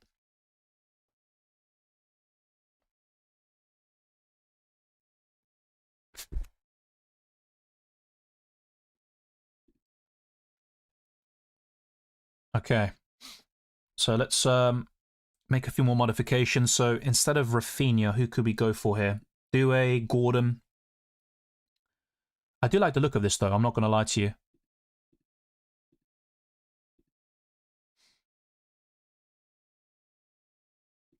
So let's see if I can do a poll as well. And yeah, that's going to be the main aim first, by the way, just to lock in my team, and then I can focus on the rest of your questions for the rest. Yeah, but Jonathan Tah will start the next game. Kim Min-jae is the third choice centre-back, really. He is the cover for Upamecano and Tah. Yeah, Harry Kane will play. Fermin Lopez is a suspension risk, but he has been better than Rafinha in the Champions League this season, so I'm not against that. Yeah, Martinelli. I just don't trust Arsenal offensively, which I said in Spanish at the beginning of the stream, but yeah, that could... look, in terms of Arsenal midfielders, it's between Saka and Martinelli for sure. Semenyo for Lookman. Yeah, I like that shout. That's pretty good. But I'm quite settled on this, by the way. So let's actually make a few changes. Yeah, Saka will start. I'd go for Joao Pedro over Luis Suarez. Martinelli, I consider him. Trossard is injured. Well, Trossard is in training now, by the way. And so is Calafiori, Saliba. But yeah, Martinelli should start in the Champions League, and he has been quite impressive in the Cups in terms of output. Haaland, Alvarez, Osimhen. I'm probably going to go for Haaland in the end, but I am open to selling Haaland. It's just I'm not that thrilled about the other options, and I've currently got Van Dijk in my team. I don't want to have too many clashes if possible. Wednesday captain is difficult. I'm going to confirm that to patrons and members tomorrow if needed. But yeah, in terms of like my current thoughts, I think that's where Vinicius or Haaland would probably be most likely. I am open to a differential though, like Hauger, and just going for that sort of low-owned pick and see where we can really get to. But I think one of those three will be likely, even over Gabriel. Tripling up on Yamal, Rafinha, Fermin Lopez, a bad shout. Yeah, so Ahmed actually said this earlier. It's not a bad shout, but two of them are one yellow card away from suspension, and Rafinha hasn't been great in the Champions League this season, so I'd probably trim it down to 2, if possible. Now, I'd probably sell Fermin Lopez there, and that's mainly because of the suspension risk, but I do recognise he offers much better value than Rafinha this season. There's no doubt about that. Saka or Rafinha? Very close. I would lean towards Rafinha, but not by much.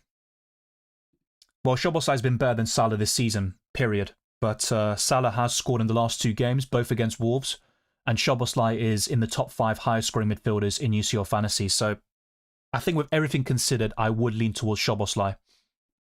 Elise or Musiala? Elise. Now, there are 2 sides to this. Elise, 1 more booking, and he misses the next game. But Musiala might not even start, and that is what I saw in the predicted lineup by Build, where they had Gnabry starting instead. Hugh is the penalty taker for Bodo Glimt. Go for him and cheaper than Haug.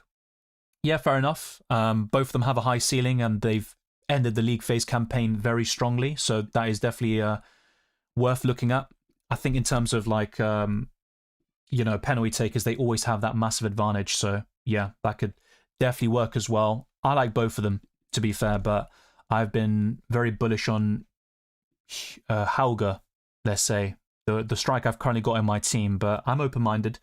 And yeah, if you look at their recent matches, the goals and assists have been insane from both of them. So I'm definitely, on board with that. So let's see.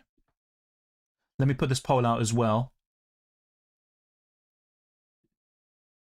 Tempted by Palmer, even though his minutes or his form has been so-so. In the Champions League, though, 2 games, 2 7-pointers against Napoli and Bayern Munich, both away. And yeah, he scored in the last match against Aston Villa. But Joao Pedro is definitely the go-to Chelsea attacker. I covered this already, mate. So Upamecano is a suspension risk. And I think you want to avoid having too many of them, especially if I bring in Vinicius Jr. in my squad. Yeah, Martinelli is not a bad captain for tomorrow. The same goes for Gabriel. But I just don't think there's a clear standout from the Wednesday. Elise or Diaz? Still Elise for me, but bear in mind Diaz is a forward in this game. He's not a midfielder. So apparently not true. Fett is the penalty taker for Glint. Yeah, he's another decent UCL fantasy option, by the way. I think Bodo Glimt have quite a few of them. Good to see you, Adam. And obviously you're a member as well, so big up to you. If you have any questions, let me know. Any chance Salah captain? Yeah. Based on his recent form, 2 goals in 2 games, but I personally wouldn't go there. I think Galatasaray could be quite solid here. Need an Atletico striker or attacker. Probably Alvarez, based on the fact that in that markup predicted lineup, both Soloff and Lookman were on the bench, but I think the minutes will be very inconsistent and insecure for all of them. So, yeah, that pretty much does it. Not sure why the message is like half here, half not, but there you go. Hola Dylan, mejor medio del PSG. Desiree Doué para mí. Hugo's missed 2 penalties for Bodo. Fair enough. Yamal captain. He's second in my list, but Harry Kane is number 1. Gyökeres is decent, and this was also talked about in Spanish earlier, but I think Arsenal just spread the goals around a lot, and I trust their defense more than the attack. So let's do this poll.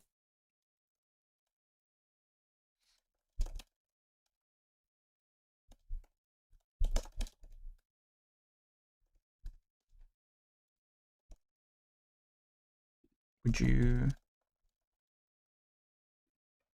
Okay, so let's put these options in there. Martinelli. I can't really put all the options I want to, but it is what it is. We'll put Gordon in there. Doué. And I think the other one who probably springs to mind. I mean, Lookman is still an option, but I'm not so sure about him. Trincao. Fermin Lopez. Yeah, I think in this case, maybe Vitinha would be one.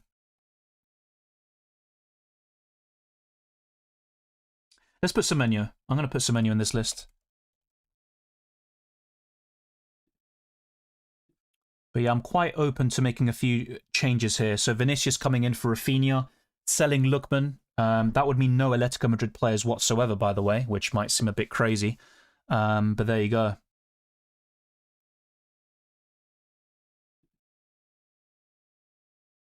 Yeah, a few people saying Semenyo. Wow, fair enough. People are really bullish on him. Kvaratskhelia or Doué?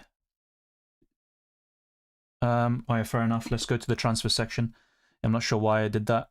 I'd go for Doué. Hola Dylan Ruggeri y Garcia o Cancelo Urbig. Me gusta ambos, pero creo que Cancelo Urbig es un poquito mejor. Ekitike and Semenyo or Haaland and Szoboszlai? Haaland and Szoboszlai.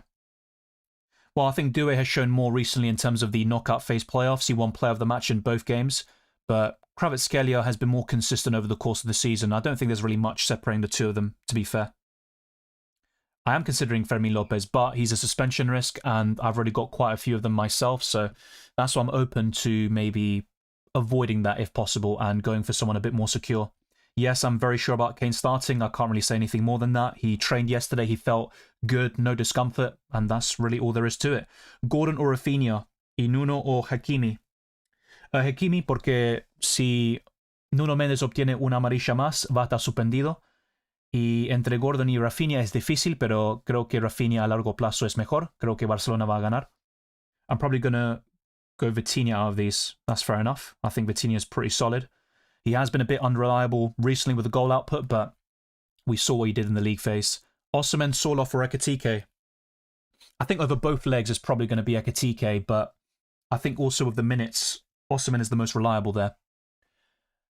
Yeah, I'll be honest with you. I think for the Anfield game, I'd rather avoid Osimhen, even though Liverpool have been a bit shaky this season. But for the first leg, I do like the Nigerian striker. I think he could make a difference there for sure. So I'll let this poll running, or I'll let this poll run for a little bit longer. Be sure to like, subscribe, all that good stuff, and let's get the stream up to over 300 likes and see where we can go from there. But all your support is definitely massively appreciated.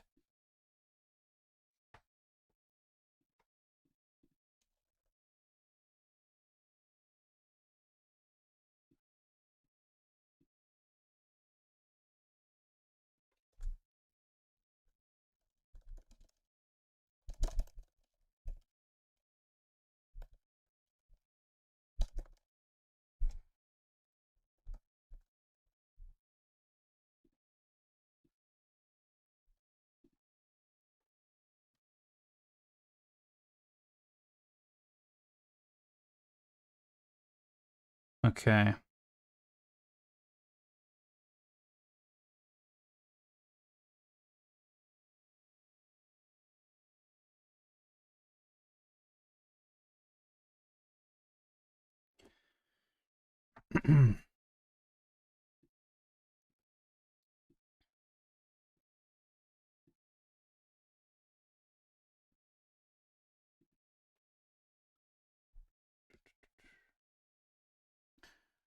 Rafinha, Semenyo, Vinicius, Martinelli. Yeah, good question as well. I'm in a similar boat. Probably Vinicius for the first leg. But even that isn't completely guaranteed. I'm, yeah, sort of in two minds about them. I think they all have their pros and cons. Nehal puts a squad. Thank you for the super chat. Raya, Garcia, Van Dijk, Gabriel Hakimi, Nico Riley. Finally, I've got that right. Jonathan Tah, Yamal, Semenyo, Barcola, Vinicius, Saka, Kane, Alvarez, Hauger. Stuck between Barcola, Trincao, Saka, Szoboszlai. I think long-term Szoboszlai is the best pick, but I do like the others. Trincao for the differential aspect of it. I think it could be a high-scoring affair between Bodo Glimt and Sporting. Saka's consistent, even in the Champions League. He averages, I think, 5 points per game. And Barcola has his moments. He scored against Monaco in a 3-1 loss. He could play up front here. But I think from those four players, I think Barcola would be at the bottom of my list, actually. So yeah, I'd probably skip Barcola at the moment. And I'm not a big fan of Nico Riley, actually. think the only City player or City players I would entertain are Haaland and Semenyo. I think with the rest I would avoid, especially defensively. Osimhen or Alvarez? Probably Alvarez. Barca will 100% concede to Newcastle. It's a long-term pick, and once again, it's not locked in. I'm open to going to Atletico Madrid. Players like Ruggeri or Hanko, maybe even going to a third Arsenal defender or Grimaldo. So, like I said, nothing's locked in at the moment, but Cancelo is in good form. And so are Barcelona. 3 clean sheets out of the last 4 matches. Cancelo has 2 assists out of the last 3, so I don't think it's a bad pick. Yeah, Harry Kane, nothing more to say about him. He should start, and he was absolutely fine yesterday. So yeah, Jonathan Tah is going to be a starter. Va a ser titular. Just the Parky says, what do you think? Not sure on Atletico duo, Salah, Grimaldo, Vinicius. Well, there's a big concern with obviously a lot of their main attackers. You don't have those players at the moment, but I think Alvarez isn't guaranteed 60 plus minutes. I think he will, but I can't really 100% say it with certainty. So, yeah, I understand why you've got a few concerns there. Is that seinof? So for the, yeah, oh, so far, Juan Garcia. Yeah, okay, you got him and Raya. Yeah, that's fine. I don't know how I read seinof from that, but that's pretty impressive. Yeah, I can understand why you're not too convinced about Grimaldo, but he's been brilliant in the Champions League this season, and if there's anyone who can produce against Arsenal from Leverkusen, it's going to be him, that's for sure. So I think your picks are well thought out, but there might be 1 or 2 that could be reconsidered there. Joao Pedro or Rashford? Joao Pedro. Hola Dylan, en caso de que Kane no juegue, ¿a quién pondrías de capitán mañana? Y te digo la verdad, es medio difícil. En este momento estoy pensando en Hauga, de Bodo Glimt. Alguien diferencial, digamos. Solo 4% de los jugadores tienen a Hauga en su equipo, así que es alguien que estoy interesado. Si no, un jugador de Arsenal como Gabriel en la defensa. Y también Haaland y Vinicius son buenas opciones, pero ahora mismo creo que Hauga es el mejor y lo más probable que voy a ir para el miércoles, pero yo no tengo dudas de Harry Kane. Va a jugar hoy. Trata de si va a anotar un gol o no, pero va a jugar seguramente. Upamecano is a suspension risk. I've covered this quite a lot of times. Szoboszlai, Van Dijk or Wirtz and Kerkez.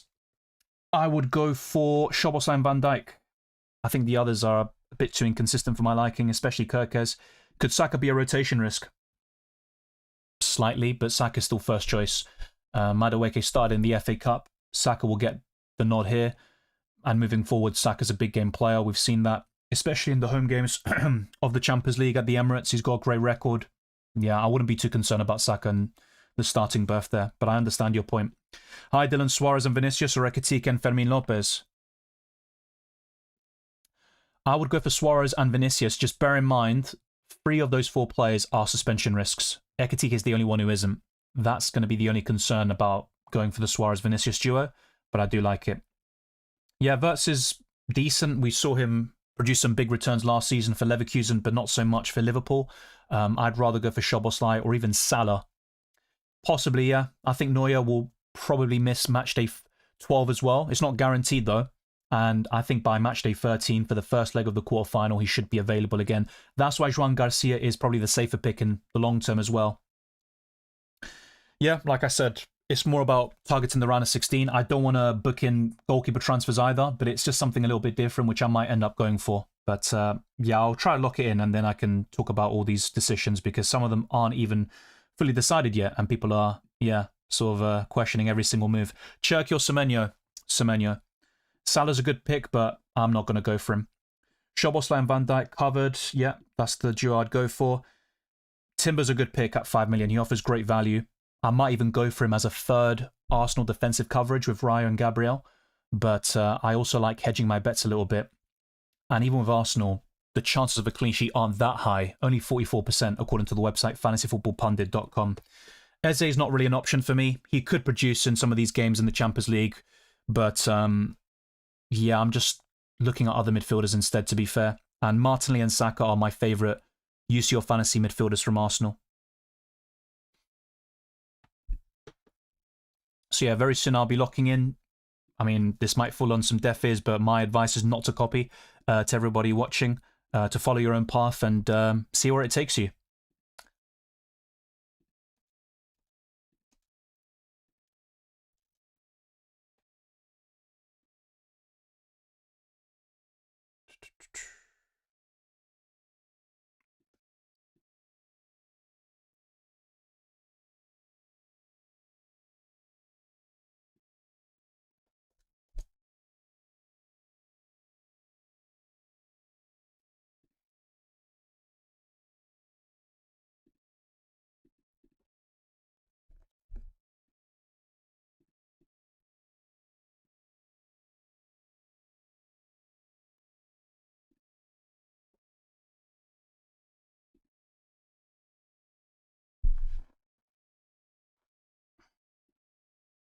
Okay, so I'm going to start locking these things in.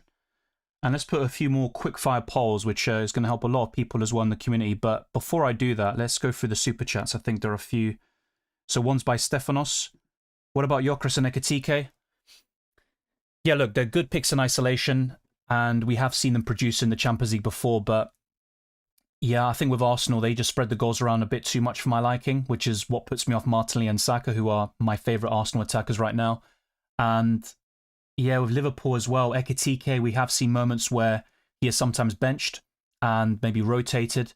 He will be the main striker for Liverpool for sure until Isak is back in a couple of months. But I think away from home as well, I think there might be better options this week, like Hauger, even Hugh from Bodo Glimt. I also prefer Joao Pedro over both legs compared to Gyökeres. Now, Arsenal more likely to go through than Chelsea, but yeah, in terms of immediate returns as well, I'm not that convinced. I'd probably go for one of them, but maybe not both. That would be my advice and the sort of take I would have. But there aren't too many standout forwards. I think we've got a lot of options. But apart from Harry Kane, yeah, I think it's wide open now with the Mbappe injury. Hi, Wino Ekitike, well rested and in good form. Well, I think Ekitike is quite inconsistent, actually. Yes, he has moments where he gets a goal and 2 assists against West Ham, a brace against Newcastle. He'll probably do well against Tottenham if he plays against them over the weekend, but I don't think Ekitike is that sort of dependable striker every single week. Now, you don't really need him to be fair, but against Galatasaray away, I'm just not really feeling that optimistic about his chances. At Anfield, it would be a different story, but yeah, for Matchday 11, I think there are better strikers, to be fair. Just the way I see it, maybe I'm wrong about it. You've got to back your gut there for sure. But yeah, I think with Ekitike, there are other options there for sure. Thank you as well for the super chat. If you got any message, then be sure to let me know. But thank you very much for all the super chats today. We are very close to reaching that goal. Harrison James says, feeling decent with Raya, Van Dijk, Ruggeri, Cancelo, Yamal, Szoboszlai, Gordon, Vinicius, Elise, Kane, Haaland, Joan Garcia, Gabriel, Hauger, Hakimi, Palmer in next if Vinicius or Elise pick up a yellow. Yeah, looks good, and you would have the home game for Chelsea there to take advantage of. We get free transfers for the second leg and then 5 for the first leg of each round, so that includes Matchday 13. So plenty of leeway there, but you got to be careful, of course, with the suspension risks. And I think Ruggeri's a nice punt.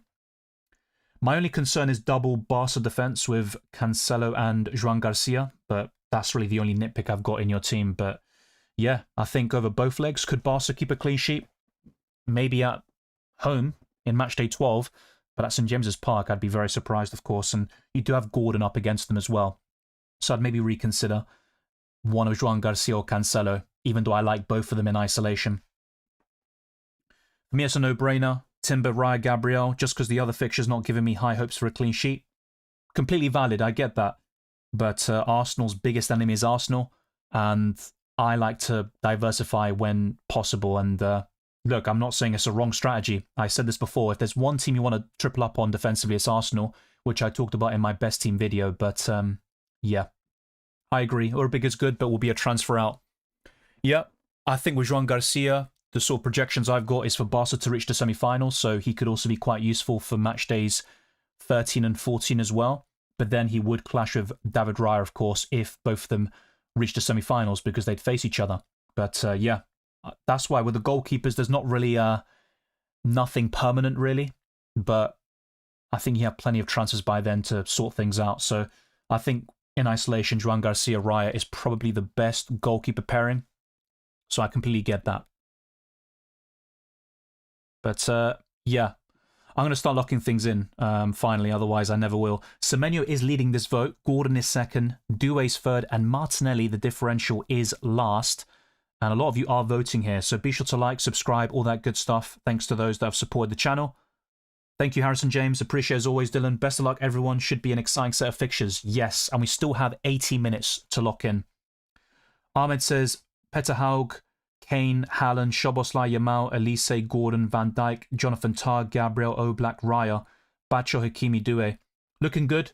I'm just a bit unsure of the triple up in PSG, especially with 2 defenders. I think Chelsea will score, possibly in both games as well. But yeah, it's well thought out, and I've got a lot of those picks as well. So naturally, I would be inclined to sort of back those as well. Thank you. Much appreciated, Akram. What do you think of Gordon in this leg?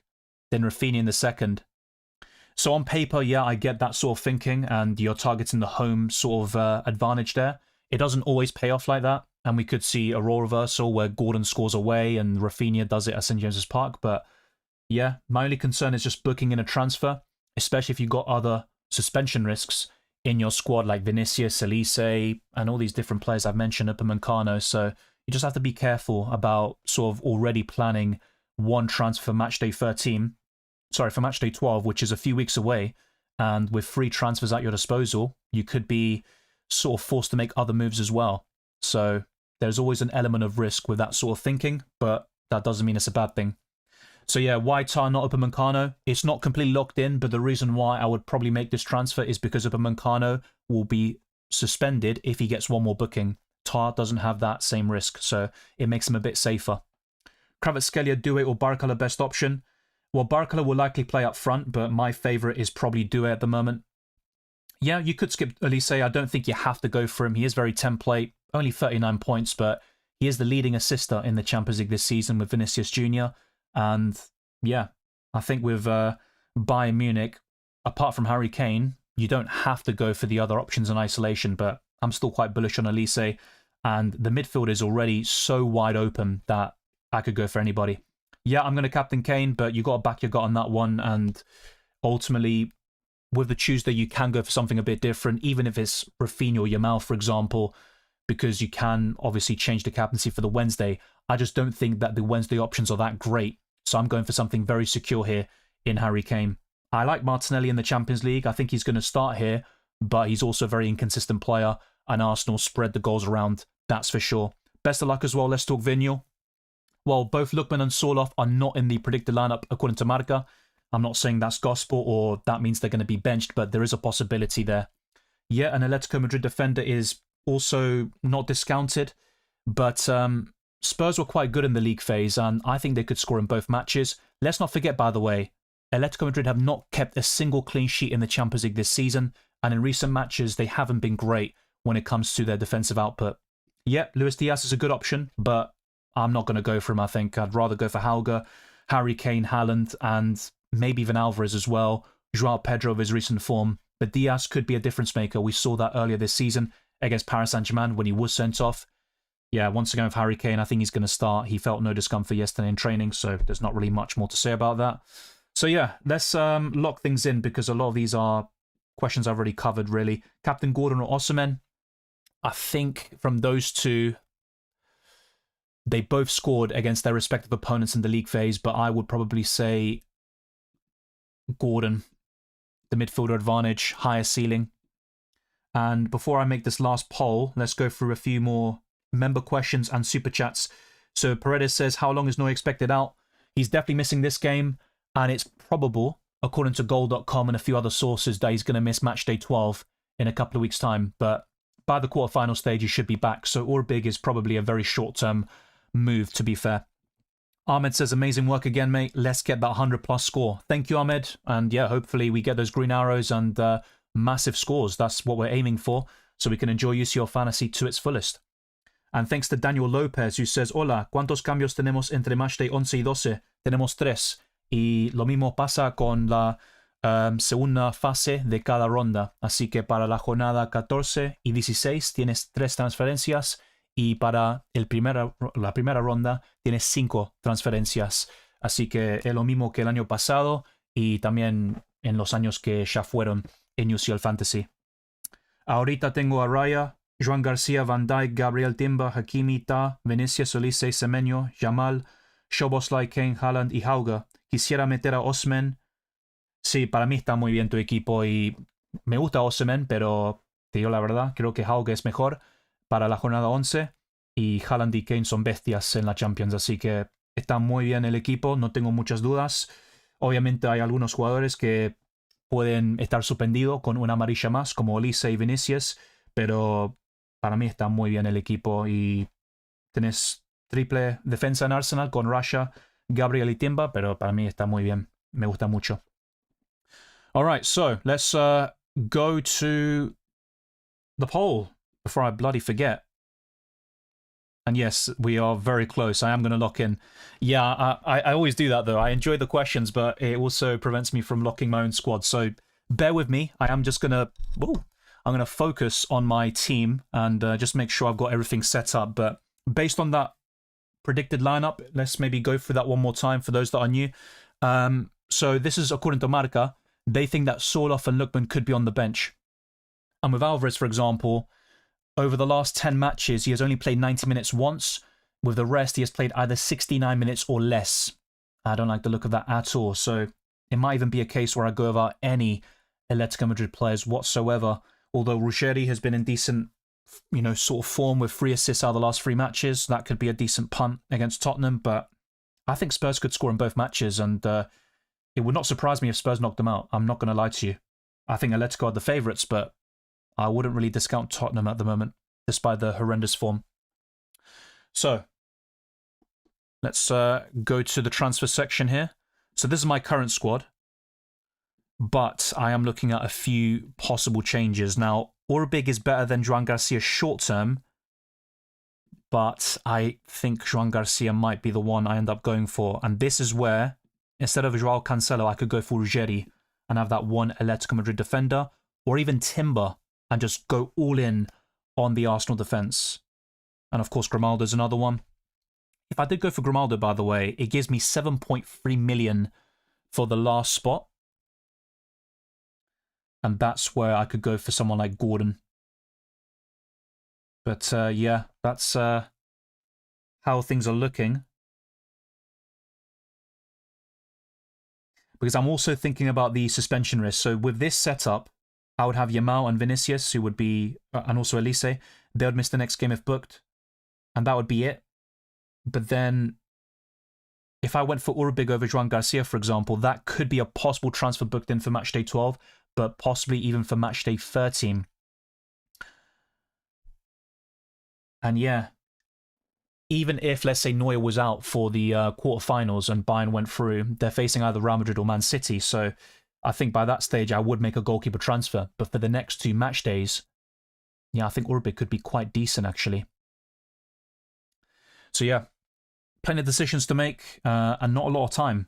So let's go through this. I think I'm going to go for something like Ruggeri. And I actually have a lot of money in the bank. And I could even stretch to Saka possibly. 0.2 million off. And that's where Upamecano in for Tar would help me. But I'm going to see if I can find something else that could maybe allow me to go for Saka or something a little bit different. Martinelli, of course, would still be quite viable. Yeah, Saka being at 4% ownership is quite intriguing. And whenever I've not owned this guy in UCL Fantasy, has been brilliant. Maybe not the same when I do have him. And yeah, I could go for Rafinha instead of Saka, by the way. This would allow me to go for both Rafinha and Vinicius. So that looks pretty good. Let me know what you think in the live chat. Say yes or no. What the bloody hell are you doing, Dylan? So let's... do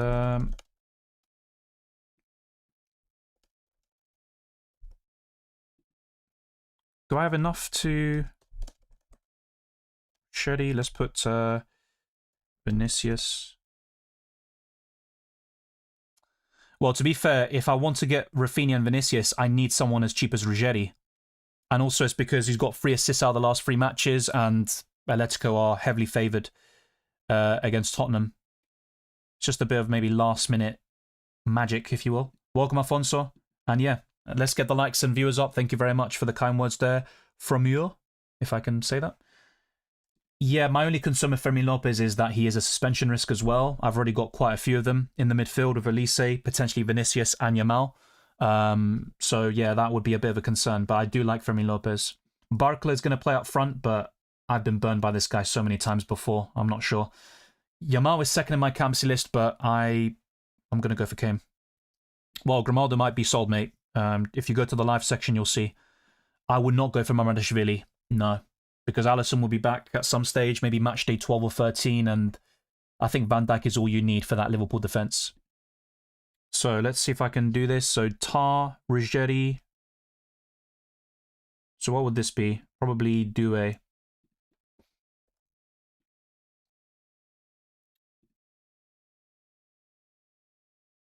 So there'll be Upamecano, Grimaldo, maybe Timber, I think in this case.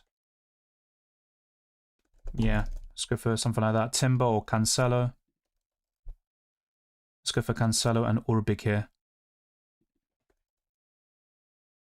And I got 1.1 in the bank. Yeah, that could still work.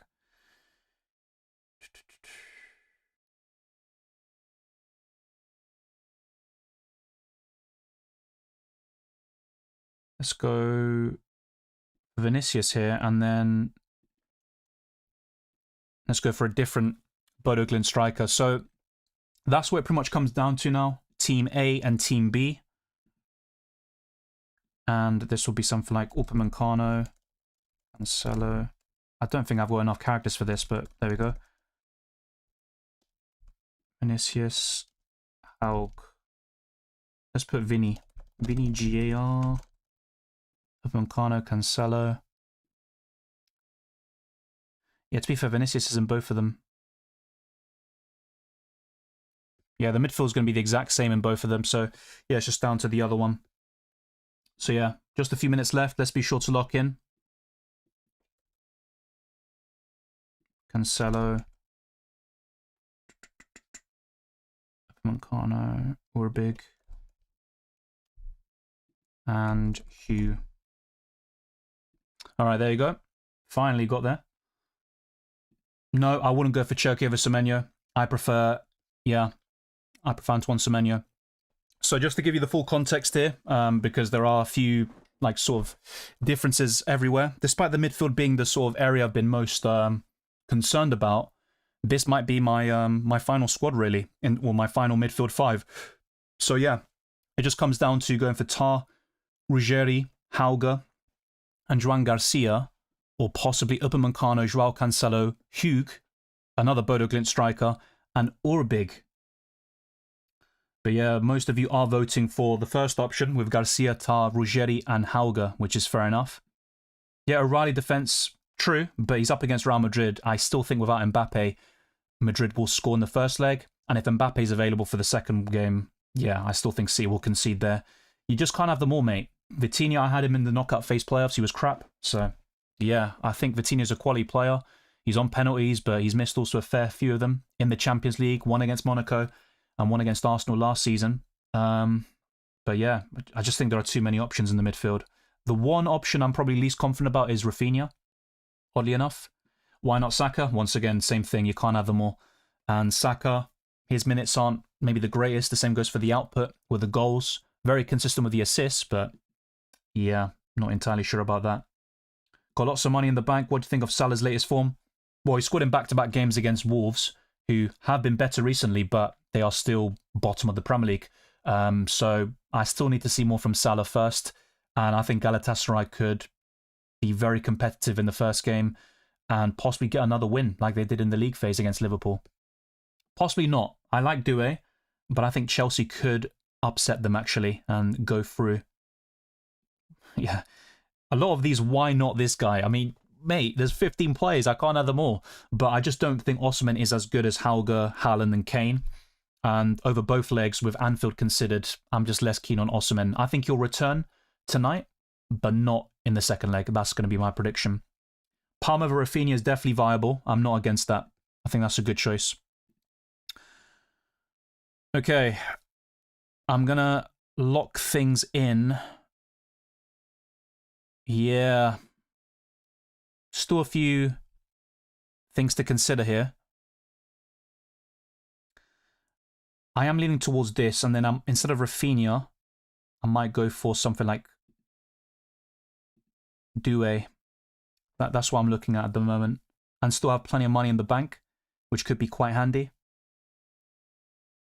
It's just, all of these players, even Rafinha and Doué, they haven't been in great form recently. So there's not really a particular standout. So yeah. Okay. I'm going to do this then. Let's go for Doué.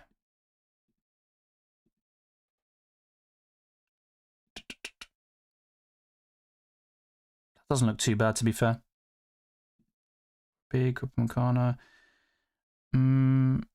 Yeah, I just don't really trust Atletico to keep a clean sheet against Tottenham, but at least they play today, and then we can find out what happens afterwards, right? But nothing left in the bank. Yeah. It just comes down to Rafinha versus Doué now for me. That's my main concern, but yeah, whatever. Maybe it's time for the coin. Coin. Yeah, it's not really worth it. All right, let's go. We literally got over 1 minute left. Lock in your squads, like, subscribe, all that good stuff. I've answered hundreds of questions at this point and gone through so many different predicted lineups and stuff. And also the official ones, of course. But, yeah. Atletico haven't kept the clean sheet this season. Let's go for them. Yeah.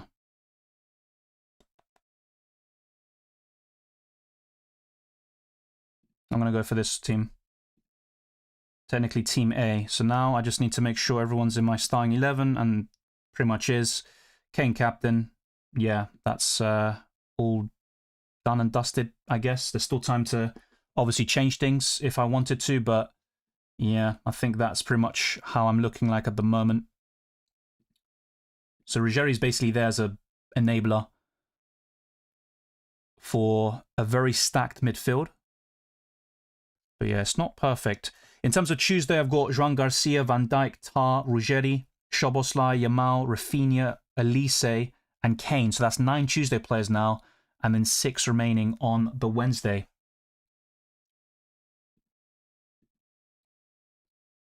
So yeah, time has definitely flown since then. Yeah, only a few seconds left now. Be sure to lock in. The thing is with Sorloth, there's one predicted lineup where he might not start. I want to say Gordon captain isn't smart. I mean, it's not my favourite, to be fair. I think Barca, Newcastle could be high scoring, but yeah, I've gone for this sort of setup here. I think with Gordon, I just don't think Newcastle will go through, but at least for matchday 11, they could cause them a lot of problems. Ruggeri or Cancelo? In isolation and long term, it's definitely going to be Cancelo, but I went for this route in the end, just because with Orbig, very short term for Bayern Munich, and I think Atalanta could score as well in the first leg, to be fair. So doubling up on Bayern defensively is probably not my favourite way to go about it. Then again, I don't see many clean sheets flying around. It's difficult to sort of hone in on which teams will be able to secure those defensive returns. Kane and Diaz or Kane and Sorloth? It might be Diaz just because there's a chance that Sorloth doesn't start. If it wasn't for that, then yeah, I'd say Sorloth 100%, especially against Tottenham. But yeah, that's the way I've gone about it. Thank you very much, Agustin. And good luck, everyone. Yeah, I was very mixed about Doué. I think with PSG, you've got so many options in that midfield. Even Barcola, but Vitinha and Kvaratskhelia are definitely worth considering. But I think Doué would be the one. More aggressive for Dylan, I believe, says Sean. Yeah, I'm not sure. I mean, the midfield is definitely interesting. And yeah, it should be a lot of fun. With Liverpool, for example, I think they could drop, or at least not win today, maybe draw or lose. But I didn't reflect that and predict 6, unfortunately. I went for a 2-1 Liverpool win. But yeah, hopefully one of Szoboszlai Van Dijk can kick things off in the right way. Kane is my captain. Wednesday will be quite difficult, actually, when it comes to pinpointing that sort of right switch there.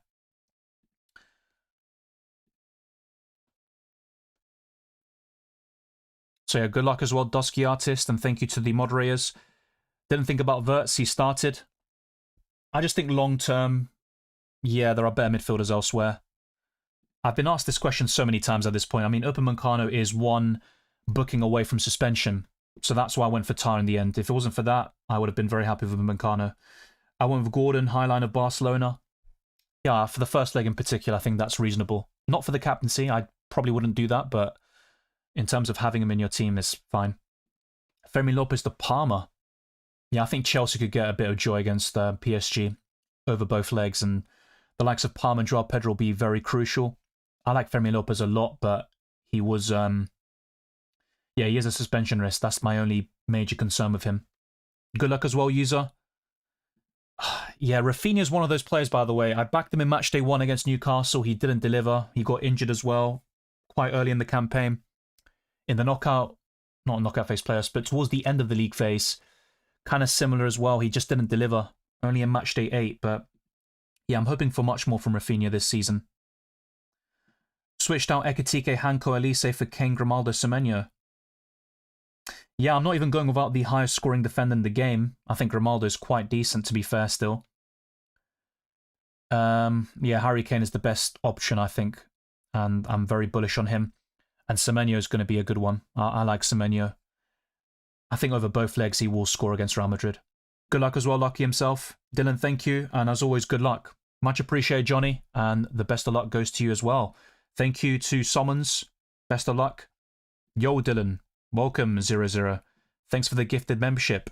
No worries, Johnny. It might have been, well, it wasn't me. It was Ahmed who did it, so he's the one to thank there. Good luck as well to Jiggerboy. Should I say that? Will Stanisic start? You asked this earlier, mate, and I said yes. If we're down less than 2 goals, I'm confident we will advance. Wow. Yeah, time for the coin. I didn't even do it. But let's do it now, even though it's too late. So let's say tails would be Rafinha, and heads would have been Doué. Did I even do this? I always like fuck up the first one, by the way. Wait. Oh, yeah, it landed on heads, by the way. Yeah, landed on heads. Let's not talk about that. Let's forget I even did that. Anyways, moving on. Moving on. And I will put the Liverpool Galatasaray game on. And yeah, we can talk about that. I went for a Desmond 2-2. That's a good prediction. And I might regret not going for it in Predict 6. Why Joan Garcia over Urbig? Just more of a long-term pick, really. Yeah, I'll see you in FPL very soon, Awali. So the plan is to do a transfer tips video, best wildcard squad, and the team selection. The graphics are all set up. Tuning in after a long time. How's my favourite Argentinian? Yeah, well, doing pretty well. There are quite a lot of Argentinians, by the way. Maradona, Messi, and beyond football as well. But yeah, those are the main 2, I guess. World leaders have picked Stanisic. Yeah, fair enough. Kane and Haaland can both blank in a strange world. They definitely can. I might end up going for a differential captain tomorrow if Kane somehow doesn't deliver the way I expect him to. The F Frostbite says, been busy, so didn't have much time to think about the team. Fingers crossed, the team is Oblak, Raya, Van Dijk, Ruggeri, Upamecano, Hakimi, Yamal, Gordon, Elise, Semenyo, Vinicius, Kane, Haaland, Pedro. It's a very good team, though. That's going to be very competitive, and interested that you have 2 Atletico defenders, so to speak, with Oblak included, but yeah, I think a clean sheet against Tottenham is possible. I'm not that settled on it, but I went for Ruggeri in the end, and we'll see how it goes. What's up, Dylan? What do you think about Arsenal winning the Premier League? My Sporting is not doing very well in Portugal. Well, it's kind of mad because your recent form is good on paper, but you drew 2-2 to Braga, right? And that's very costly in the title race with Porto 3 points ahead. But yeah, Arsenal have a good chance this season to win every trophy in isolation. To do all of it at the same time is going to be tough, but yeah, for Arsenal winning the Premier League, they've got to do it. And last season, they didn't really compete. But I think the year before that and the season before, I think Arsenal were playing some great football and they deserve to win at least one of them. Now it's time to deliver, and they got to get over the line. And for the Champions League, I think that's still open. I know Arsenal are the favourites, but anything can happen, and I don't think the easy draw makes it a guarantee for them to reach the semi-final or just go on to win the whole thing. So Galatasaray struggling early. Thanks for that, Johnny. I need to get the game up. So I'll try to do that. Is it even on Amazon? Not even sure. You tell me. I'll have a look if it's on Amazon. Oh no, they're showing Newcastle Barcelona. Alright, I'll be tuning into that one. Lovely jubbly. But let's get the Liverpool game up. Boom boom.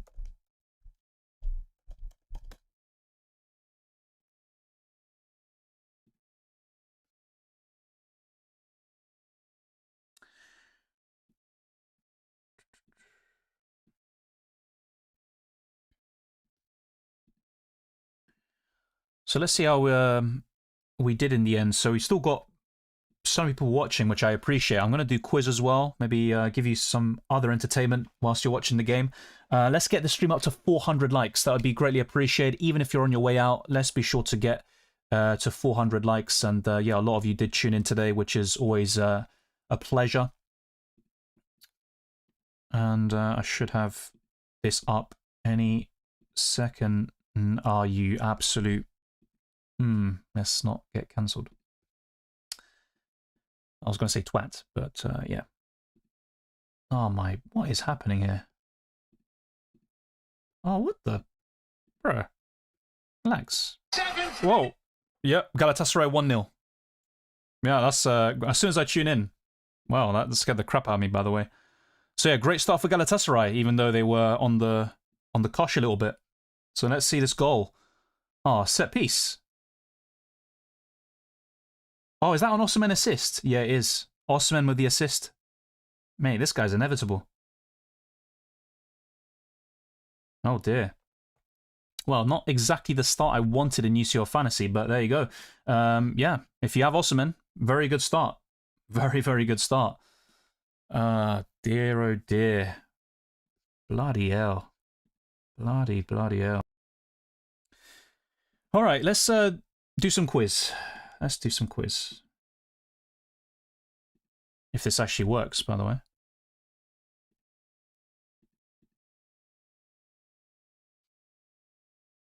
What the...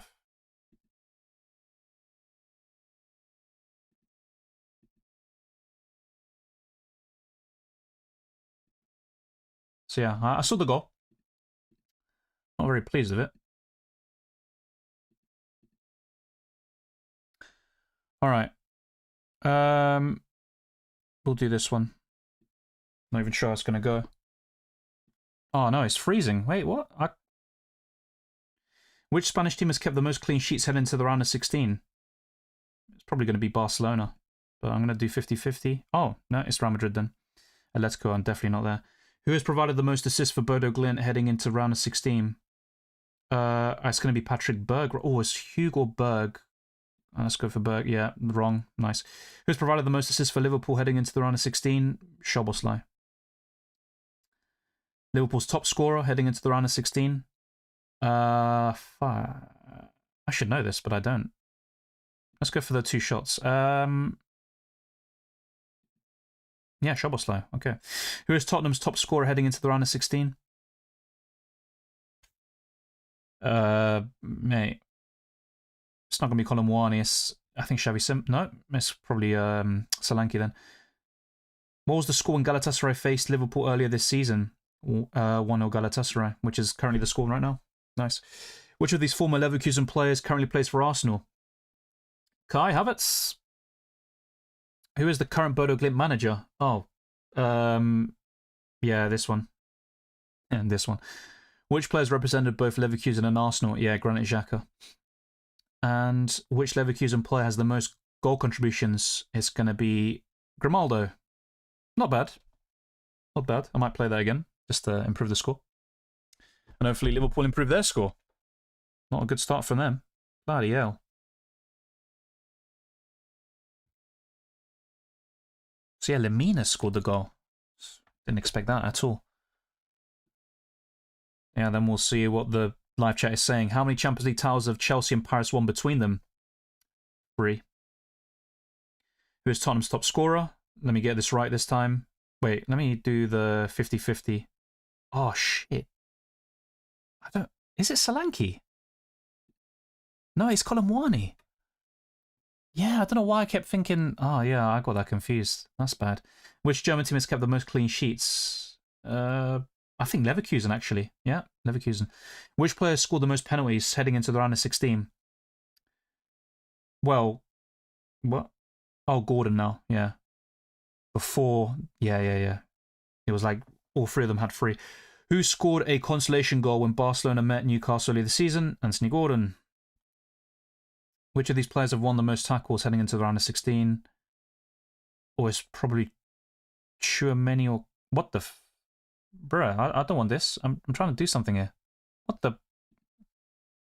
Wow, time's up. Hey, that's unfair. Bloody hell. I was getting these VPN messages. Which of these teams have taken the most free kicks heading into the round of 16? Let's go for Paris. Yeah, whatever. Who has provided the most assists for Bayern Munich? Yeah, Elise. Most assists for Newcastle. I think that's going to be like Trippier or something. Yeah. And which player joined Aletti from Tottenham in 2023? Oh, in 2023. It's going to be... No, it's not Trippier. Oh, yeah, Lenglet. No, oh, it's going to be Doherty then or something. Oh, well, that was even worse somehow. Let's get to your questions and see what you lot are saying. Damn, awesome, man. The Galatasaray fans are feasting. Van Dijk and Canate in the box. Thank you, Mauricio. Saludos desde Mexico. Gracias. Will there be another miracle in Istanbul for Liverpool? Well, coming back from 1-0 down is maybe not a miracle, but if Galatasaray go 2-3-0 up, yeah, maybe we're talking. No, I think Galatasaray will probably get a result here. Forgot to bring in Ruggeri. You might not be missing out on much, mate. Yeah, Ahmed is definitely the one to thank there. And big up to you, Johnny. Press the like button on your way out. Thank you, Sean. So what do you think? Orbig, Raya, Van Dijk, Tar, Gabriel, Hakimi, Timber, Yamal, Gordon, Vinicius, Semenyo, Doué, Haaland, Hauger, and Kane. Looks solid. Obviously not a great start with Van Dijk, but at least you don't have 2 or 3 Liverpool players like myself. Yeah, looking good. And I think short-term Orbig works fairly well. I went for Gordon as captain. It's a punt, not defending, a good ranking with 29k, so wanted to go for it. Well, 29k is decent. It's not great, maybe, but yeah, it's yeah, still obviously a lot of football to be played, and yeah, Gordon captain is interesting, that's for sure. I personally prefer Kane and quite a few others before him. Looks like convinced you to have Vinicius. Well, I was also very bullish on Vinicius anyway because of his record. He blanked in the last 2 matches, but over the last 10, he's got so many goals, and since Arbeloa has come in, Vinicius has been very consistent with the output. So he's also on penalties with Mbappe injured, and I think Madrid will score against City across both games. Bold prediction, Newcastle winning quite comfortably. Well, they lost to Man City's B team the other day, so let's see. Newcastle showed how to play against PSG. You did the right thing by not taking their players. I'm not so sure. I mean, all of these games are unpredictable. I think even Leverkusen and Arsenal, whilst the Gunners will be favourites, there's no guarantee there. And I might regret not going for Grimaldo, for example. So yeah, with Newcastle, Gordon's the one. And I think Dan Burns is still a decent asset, but Barca will surely score. But yeah, once again, thank you to Sean. Fermin against Parma. I think over both legs, I would prefer Parma, but there's a big difference in price tag as well. And there's also that suspension risk, of course, for Fermin Lopez. Just in, Araujo starts at right back. And yeah, Cancelo at left back. Oh dear. The last time Araujo started in a Champions League game in England, he got sent off against Chelsea. Long throw by Liverpool, says Lambie. I think Gordon's better than Rafinha and can be replaced with Semenyo for the second leg. Yeah, maybe I was a bit too conscious about booking in transfers because of suspension risks, but yeah, I'm just backing Rafinha and hoping for the best there. Who are your captaincy options for tomorrow? I was thinking Gabriel. He's up there for me, but I'm also looking at Vinicius, Haaland, and Hauger, who is currently my favourite, but yeah, that isn't guaranteed. We have the same, except I have Tim instead of Tar. This is the first time I have a near identical team to a content creator.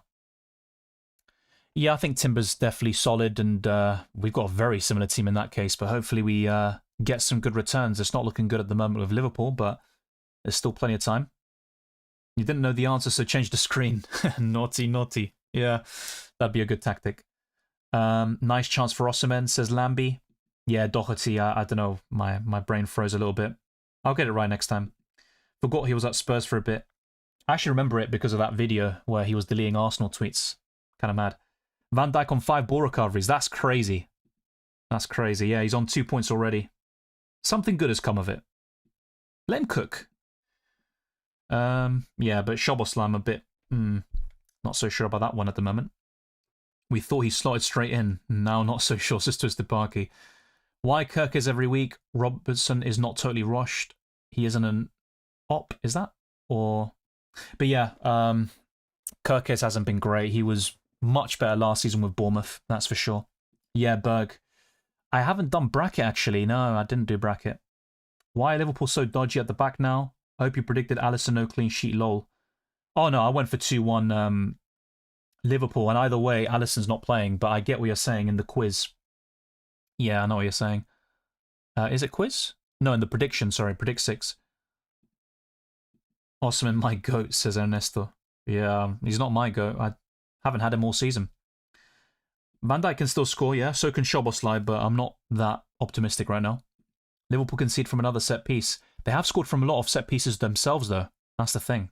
And they don't really complain when they're scoring. People sleeping on Fermi Lopez. I mean, I bought him when he scored a hat-trick, so yeah, if he does better than that, I'd be very stunned. Liverpool should already be in a couple of goals up. You got to take your chances, right? Switch Pedro to Hugh last minute. Might backfire. I think the ceiling is probably a bit more appealing this week, though. Anyone got hopes for... Whoa, who's that? Yeah, maybe in my... Let's move on. I agree on Aleti, but Ruggeri's price came in handy. More confident on Oblak keeping a clean sheet than Garcia, but stranger things have happened. Yeah, I also went for Ruggeri because of the price. It allowed me to go for something a bit different, and having Yamal, Vinicius and Rafinha in the midfield. Only time will tell how that goes. Thank you there, Johnny. All the best to you. FPL question, do you think Saliba would play against Everton? He's back in training, so the answer would be yes, but yeah, Saliba's missed quite a lot of away games recently, and obviously, yeah, Leverkusen is up next, and then it's going to be Everton at home, but I think Saliba will be available. How many trophies will Arsenal win? Under or over 1.5? Hopefully over 1.5. I think it's possible, but step by step. Best of luck as well, FF Frostbite. If Arsenal win the Premier League and Spurs get relegated, it wouldn't get much better for an Arsenal fan. Yeah, exactly. Winning the quadruple, the Champions League would be the cherry on top, and Arsenal need it. I think the game is on Discovery, moving to HBO soon. Yeah, and people have mentioned Paramount, which is fair enough. Yeah, I don't have them. Just saying. Good luck, folks, and good night. Likewise. But yeah, people obviously were celebrating the Galatasaray goal or mentioning it. I'm not going to celebrate that for sure. Even though Liverpool, yeah. Let's not even take the piss too much. So let's see what else people are saying. But yeah, people are on it. Obviously with the updates, Lemina goal, Osman assist. Yeah, normally I get points when I've got players involved in the early kickoff, but not this time. Galatasaray have been a shambles at the back too. Scored from the first corner. That's cup football for you. And that's why I'm not like fully convinced about certain things happening. Yes, I think Bayern will go through, probably Man City, Arsenal, maybe Bodo Glimt. PSG, Chelsea's quite tough, but yeah, even with those, I'm not like fully convinced there. Liverpool could have been up so many goals before that set piece.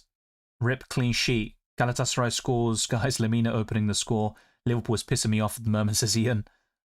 No worries, just a parky, yeah. I'll have another go at that, for sure. Big save from Chakir, the Galatasaray goalkeeper. Osman did me proud, but got 2 Liverpool players, god damn it. Yeah, so do I. The less said about that, the better. Anyone not on triple Arsenal defence will not benefit from a clean sheet. I think a double up, you could benefit. I've seen some people with no Arsenal defence at all. And then some with just one, like Gabriel, so... Yeah, time will tell. Native Faith says it's Gallagher, I think. It said 2023, though, in the quiz, so it can't be it. And Gallagher joined from Chelsea, right? So he was at Chelsea, he was on loan at Crystal Palace, went back to Chelsea, then went to Atletico Madrid, and then, yeah, went to Tottenham. So big chance for Liverpool there. Liverpool can't find each other on the pitch. Maybe Green is not the best choice. Predict 6. Yeah, I can show you what I've got at the moment. So, where is it? Oh, for some reason I lost Predict 6, but I can bring that up for you again. But yeah, it's not looking good. And I even said before the deadline lock that I was looking at maybe changing that 2-1 score. But I did say there will be a goal in the first half. Well done. Will there be 3 or more goals? I mean, yeah, probably a long way for that to happen. Will Alisson keep a clean sheet? No. At least I got something right. Will Osman and Ekitike both score? I put yes. Ah, you idiot. Absolute moron. But there you go. That's what I've gone for. Then 3-1 Barcelona, 3-1 Bayern Munich, 2-0 Arsenal, 2-2 between Madrid and City, and 2-1 Paris Saint-Germain against Chelsea. So yeah, That's what I've gone for. Watch Musiala and Soloff both start and bag goals. It's possible. That's why I said to caveat it. It's just a predicted lineup.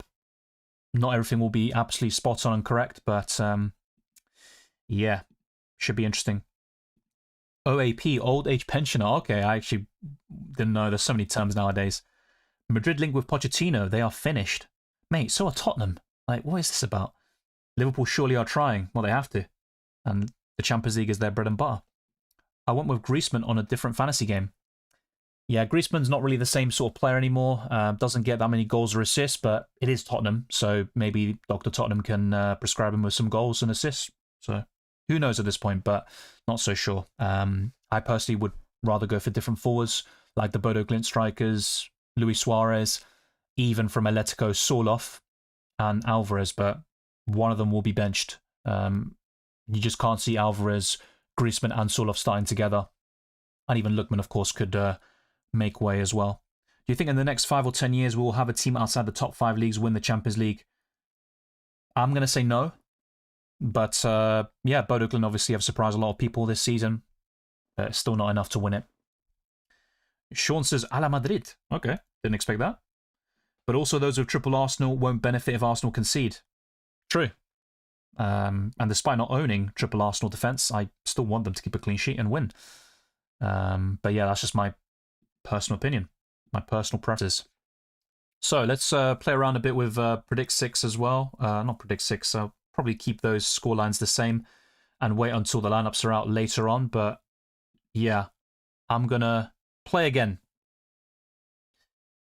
and see if I can get 100%. So which Spanish team has kept the most clean sheets?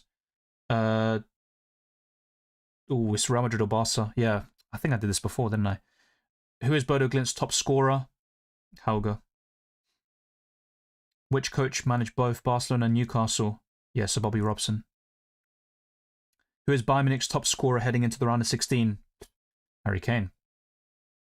Who is the top scoring English player heading into the round of 16? Oh, yeah, Anthony Gordon. Who has provided the most assists for Liverpool? Szoboszlai. Who is the current Atalanta manager heading into the round of 16? Ivan Juric, yeah. Oh, wait, what? Oh, I got yeah, he was there before, you absolute twat. I should have read the other things. Which round of 16 team finished first in the Champions League phase? Arsenal. Come on. Which team has taken the most corners? Liverpool? Real Madrid? Was it PSG then? Oh, I think corners and free kicks. Yeah, that's why I got confused. How many Champions League titles have Chelsea? Yeah, 3. Well, I already missed out on those 2. So, no, we're playing again. Straight away, big man. All right, so how many Champions Leagues? Yeah, same question. Thank you very much. Current Bodo Glimt manager? Yes, Knutson. I think that's how you pronounce it. The top scoring English player? Anthony Gordon. Which players completed the most dribbles? Oh, that's between... Oh, that is a difficult one. I might need 50-50. Yeah, it's going to be Yamal. Come on. Who scored the winner for Galatasaray against Liverpool? Osimhen. Who has provided the most assists? Yeah, just in case. It's not Berg. It's going to be one of these 2. Oh, it is Hauger. Which team has the most saves heading into the round of 16? Yeah, Bodo Glimt. Which Champions League winning coach managed both PSG and Chelsea? Carlo Ancelotti. Which is the only remaining unbeaten team in the Champions League? Hopefully it continues until the end. Arsenal. Come on. Who's provided the most assists for Newcastle? Yeah, Trippier, but I got one wrong, so going. Some repeat questions would be nice, of course. Oh no, it's actually freezing. Really? Which is the only unbeaten team yet? Keep reminding me of that. Thank you. Yeah, Carlo Ancelotti. Man City's top scorer? Erling Haaland. Which of these players have won the most tackles? Oh yeah, I didn't get this one right. It's not Tchouaméni, is it? Is it Caicedo? Are you fuck's sake. It is Tchouaméni. Which team has made the most saves? Yeah, Bodo Glimt. I'm just going to keep whizzing through this and getting 100%. Who has provided the most assists for Atletico? Most assists? I think Simeone. Yeah, Simeone. No. It's not. Is it Griezmann? Let's go for Griezmann, yeah. Which players represented both Leverkusen and Arsenal? Yeah, Xhaka. Which Champions League round of 16 team finished lowest in the standings in the league phase? Oh. I think it's, well, it was Leverkusen, right? Bodo Glimt. Bodo Glimt. Which goalkeepers made the most saves heading into the round of 16? Yeah, their goalkeeper, Heiken. And which team has taken the most corners? Paris Saint-Germain. But I still got one wrong, so yeah. And it's still 1-0, so yeah, I might as well just keep trying with quiz. Good luck as well, Ian. Yeah, hopefully everyone gets that green arrow. Drop a like, subscribe, all that good stuff. Do you have any transfers already in mind for the next game week? Nah, it's too early. But yeah. Oh, by the way, well, for a second I saw Grimaldo in my own team. Yeah, I'll show you my team again one more time, but basically no, not right now. Even Rafinha, if he blanks against Newcastle, I'd back him at home to get the job done. I'm going to play again. And yeah, we still got 200 people watching me play quiz and making a fool of myself. Which players represented both Tottenham and Atletico Madrid? Okay, yeah, Lenglet. Who has provided the most assists for Real Madrid? Vinicius Jr. Which Liverpool player conceded a penalty against Galatasaray? Oh, I think that was Konate. No! That was Szoboszlai. Yeah, I remember now. It was Szoboszlai, you absolute bellend. How many Champions League titles have Chelsea and PSG won between them? 3. Which is the only remaining unbeaten team? Yeah, Arsenal, yeah. Fuck's sake. Which Champions League winning coach? Carlo Ancelotti.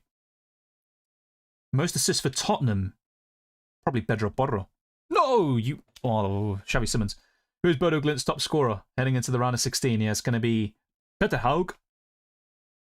Who scored a consolation goal for Newcastle? Anthony Gordon. Most assists for Bayern Munich? Yeah, Elise. Yeah, but this time I did even worse. It's a good ranking, by the way. 3,000, top 3%, whatever. But no, let's go again. There's also another quiz I want to go through. Who is Man City's top scorer? Haaland.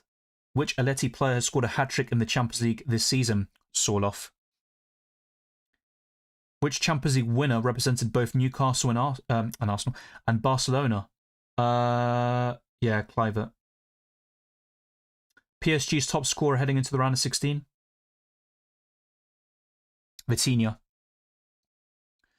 Leverkusen has the most goal contributions. Grimaldo. Carlo Ancelotti. Okay, this is Szoboszlai, but just in case, 50-50, yeah. Szoboszlai, come on. Don't concede a penalty today, though. Most assists for Liverpool? Same answer. Szoboszlai. Oh, which team has shown the most yellow cards heading into the round of 16? Probably Atletico. No. Oh, shit. I think Galatasaray. Real Madrid. Galatasaray. Yes, come on. And then, what was the score? Yeah, I got this. 1-0 Galatasaray. Finally, after like my 7th attempt. I'll take that. I needed the 50-50 though. That bailed me out. Let's go to the other quiz. And I don't think I can do bracket anymore, can I? I can. Oh, it can. Let's go for PSG. I'm still going to go for Liverpool to win. No, Man City, Bayern Munich. Let's go for Barcelona. I think Tottenham could go through, you know. I'm not going to lie to you, but let's go Atletico. Bodo Glimt, Arsenal. Let's go for the Gunners there. Barcelona. Yeah. Ooh, Bayern, Man City, that is a clash, but I'm going to go for Bayern and PSG. And then Bayern. Oh, that would be one hell of a final. Let's go for Arsenal. Oh, dear. Arsenal-Bayern final. Yeah, that's just my heart talking, I think, a little bit, but let's just go for Arsenal. Why not? Come on. Okay, there you go. Arsenal Champions League winners. That just, it looks right?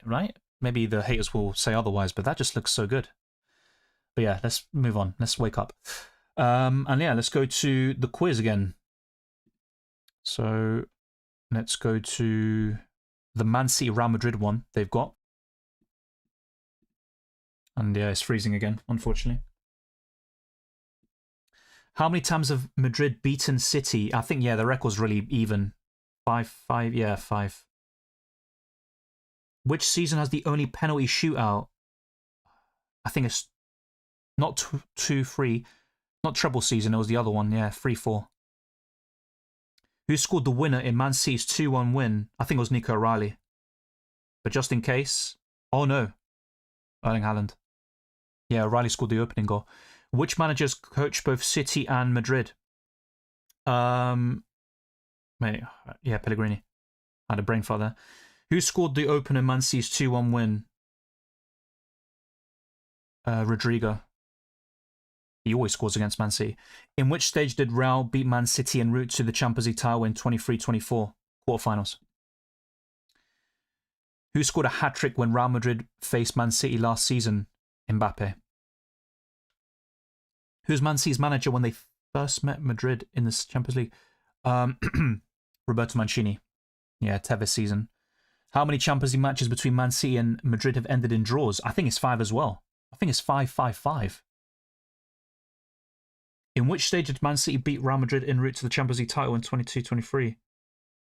Semi-finals, yeah, and they smashed them. So, come on, 100%. Let's go. That was better. 3 hat-tricks, I'll take that. But yeah, let's go back to my UCL Fantasy team instead of like stat padding on quiz. Still 1-0 to Galatasaray. The assist came from Osimhen and the goal by Lemina from a set piece. Van Dijk is still on 5 ball recoveries. Hopefully he can get to 6 very soon. Oh no, he's gone down to 4 ball recoveries.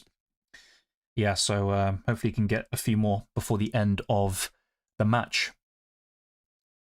Liverpool looks so vulnerable. Yeah, but I think at home, so for the Anfield game, it's still worth keeping Szoboszlai and Van Dijk. That's the way I look at it at the moment. But yeah, that's why booking in certain transfers or going for like 1 matchday punts can really work for you. And in this case, for example, I think my main regret is maybe not going for a different midfield over Szoboszlai, but 1 goal can change everything. James against Hakimi, who's the best right back? Timber would be up there. I think Hakimi's still the best one overall. With Reece James, I know he stayed fit quite a lot recently, but yeah, over the years, he just hasn't stayed fit enough to really warrant the best right back in the world sort of tag, in my opinion. But he's up there. When he's fit, I think James is definitely one of the better ones. Just Parky said 2-1 Liverpool, 2-0 Bayern, 2-1 Atletico, 2-1 Barcelona, maybe 2-2, 2-1 Arsenal, 2-1 Bodo Glimt, and a 2-2 draw between PSG Chelsea. So no clean sheets for you except for Bayern, and 2-1 City. I've gone with Romero captain. It's either a red card or 2 goals, nothing in between. Well, you better hope it's not a red card, mate, because you can't sub him out if that's the case. Bloody hell, mate. Went with Romero captain, either you'll get a negative or 4 points. To be fair, he's got 4 double-digit hauls out of the last 5 matches, which is very impressive to say the least. Did you know that Chelsea and PSG have 3 Champions League 1 between them? Yeah, they keep on, reminding me of that. We can't see all the answers on your screen. The bottom 2 are covered by a comment. Oh, I didn't know that. Oh. Well, hopefully I changed that in time. But yeah, time to celebrate. Virtual ball recovery. Well, it's better than nothing, I guess. SM Moy says, only because of this substitute and captain change option in UCL Fantasy lets us have fun. I do like it, and yeah, long may it continue. It won't let me change my bracket. It let me. Maybe I was able to bypass the game or something. El Clasico final, who says no? Arsenal. They say no. Yeah, I don't see that happening this season, and it wouldn't be the best time for an El Clasico final. Like, don't get me wrong, it would still be selling a lot, and a lot of people would be invested, but it's just not the same as if we had El Clasico during the Messi Ronaldo years. That would have been cinema, as they say. So thanks, everyone. Maybe not the start we wanted if you, like me, went for 2 Liverpool players, but still, a lot of promise here, a lot of options for UCL Fantasy. And let me, before I bid farewell, this is my current team. So I don't have Lookman.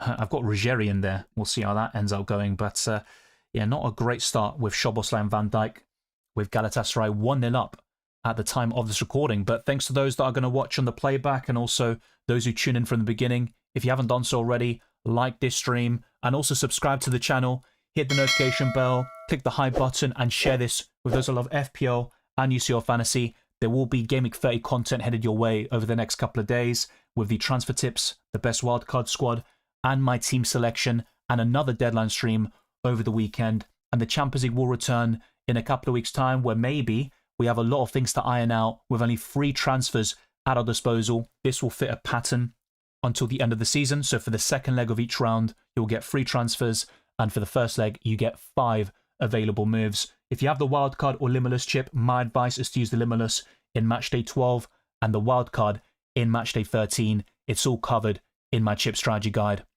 So there is my Twitter, Instagram, Blue Sky, Dylan RCM. Check all the links in the description. That includes my UCL Fantasy League. The code is SEINOF. There's my Patreon and the championships. For likes to my videos, proud to comments, amongst my other perks. My Discord server, the UCL Fantasy League, and Spotify can also be found in the description. So leave a 5-star review and also follow me on Spotify. That would be greatly appreciated. And that Discord server is certainly worth joining. Also, in my captain, looking good. Yeah, decent start so far, but you'd probably expect a little bit more or hope for a bit more than just 5 points. But he might win player of the match if it ends 1-0 and his assist made all the difference. If Liverpool lose the tie, is Slot gone now? No, I don't think so. Nah, he's not going to be sacked now. Unless they got battered today, which I don't think will be the case. So the answer to your question will be no. There's always a lot of talk about Vitinha and Pedri. Don't see lots of talk about Joshua Kimmich though. Are there any CDMs you find underrated? I'll be honest, I think Kimmich was better back in 2017 when he sort of burst onto the scene. But yeah, he is maybe underrated. He was also overhated by Bayern Munich fans at one stage, particularly 2 or 3 years ago under Thomas Tuchel. And I think Kimmich is showing good form, by the way, in terms of output. So maybe he deserved a bit more credit or mention in the UCL Fantasy videos. So yeah, over the last, 3 matches, he's got 1 goal, 1 assist. So he is showing decent form. And he's very consistent. So yeah, quality midfielder, very versatile. Vitinha has the penalties, and this season he scored quite a lot of goals in the league phase, including a hat-trick against Tottenham. I think Pedri is absolute class as well on the ball, and he's back now. He got an assist against Athletic Club. He's not really like a goals or assist player, so I think Pedri also goes under the radar sometimes, and unfortunately he gets injured far too often, but when he is fit, he is one of the best midfielders in the world. A bit like Reece James at right back as well, which I talked about earlier. But thanks everyone. It's been a blast talking to all of you for the past 2.5 hours. I'll see you very soon for more FPL and UCL Fantasy content. Take care, enjoy the football, and I wish you all the best of luck for Matchday 11 and the rest of the season.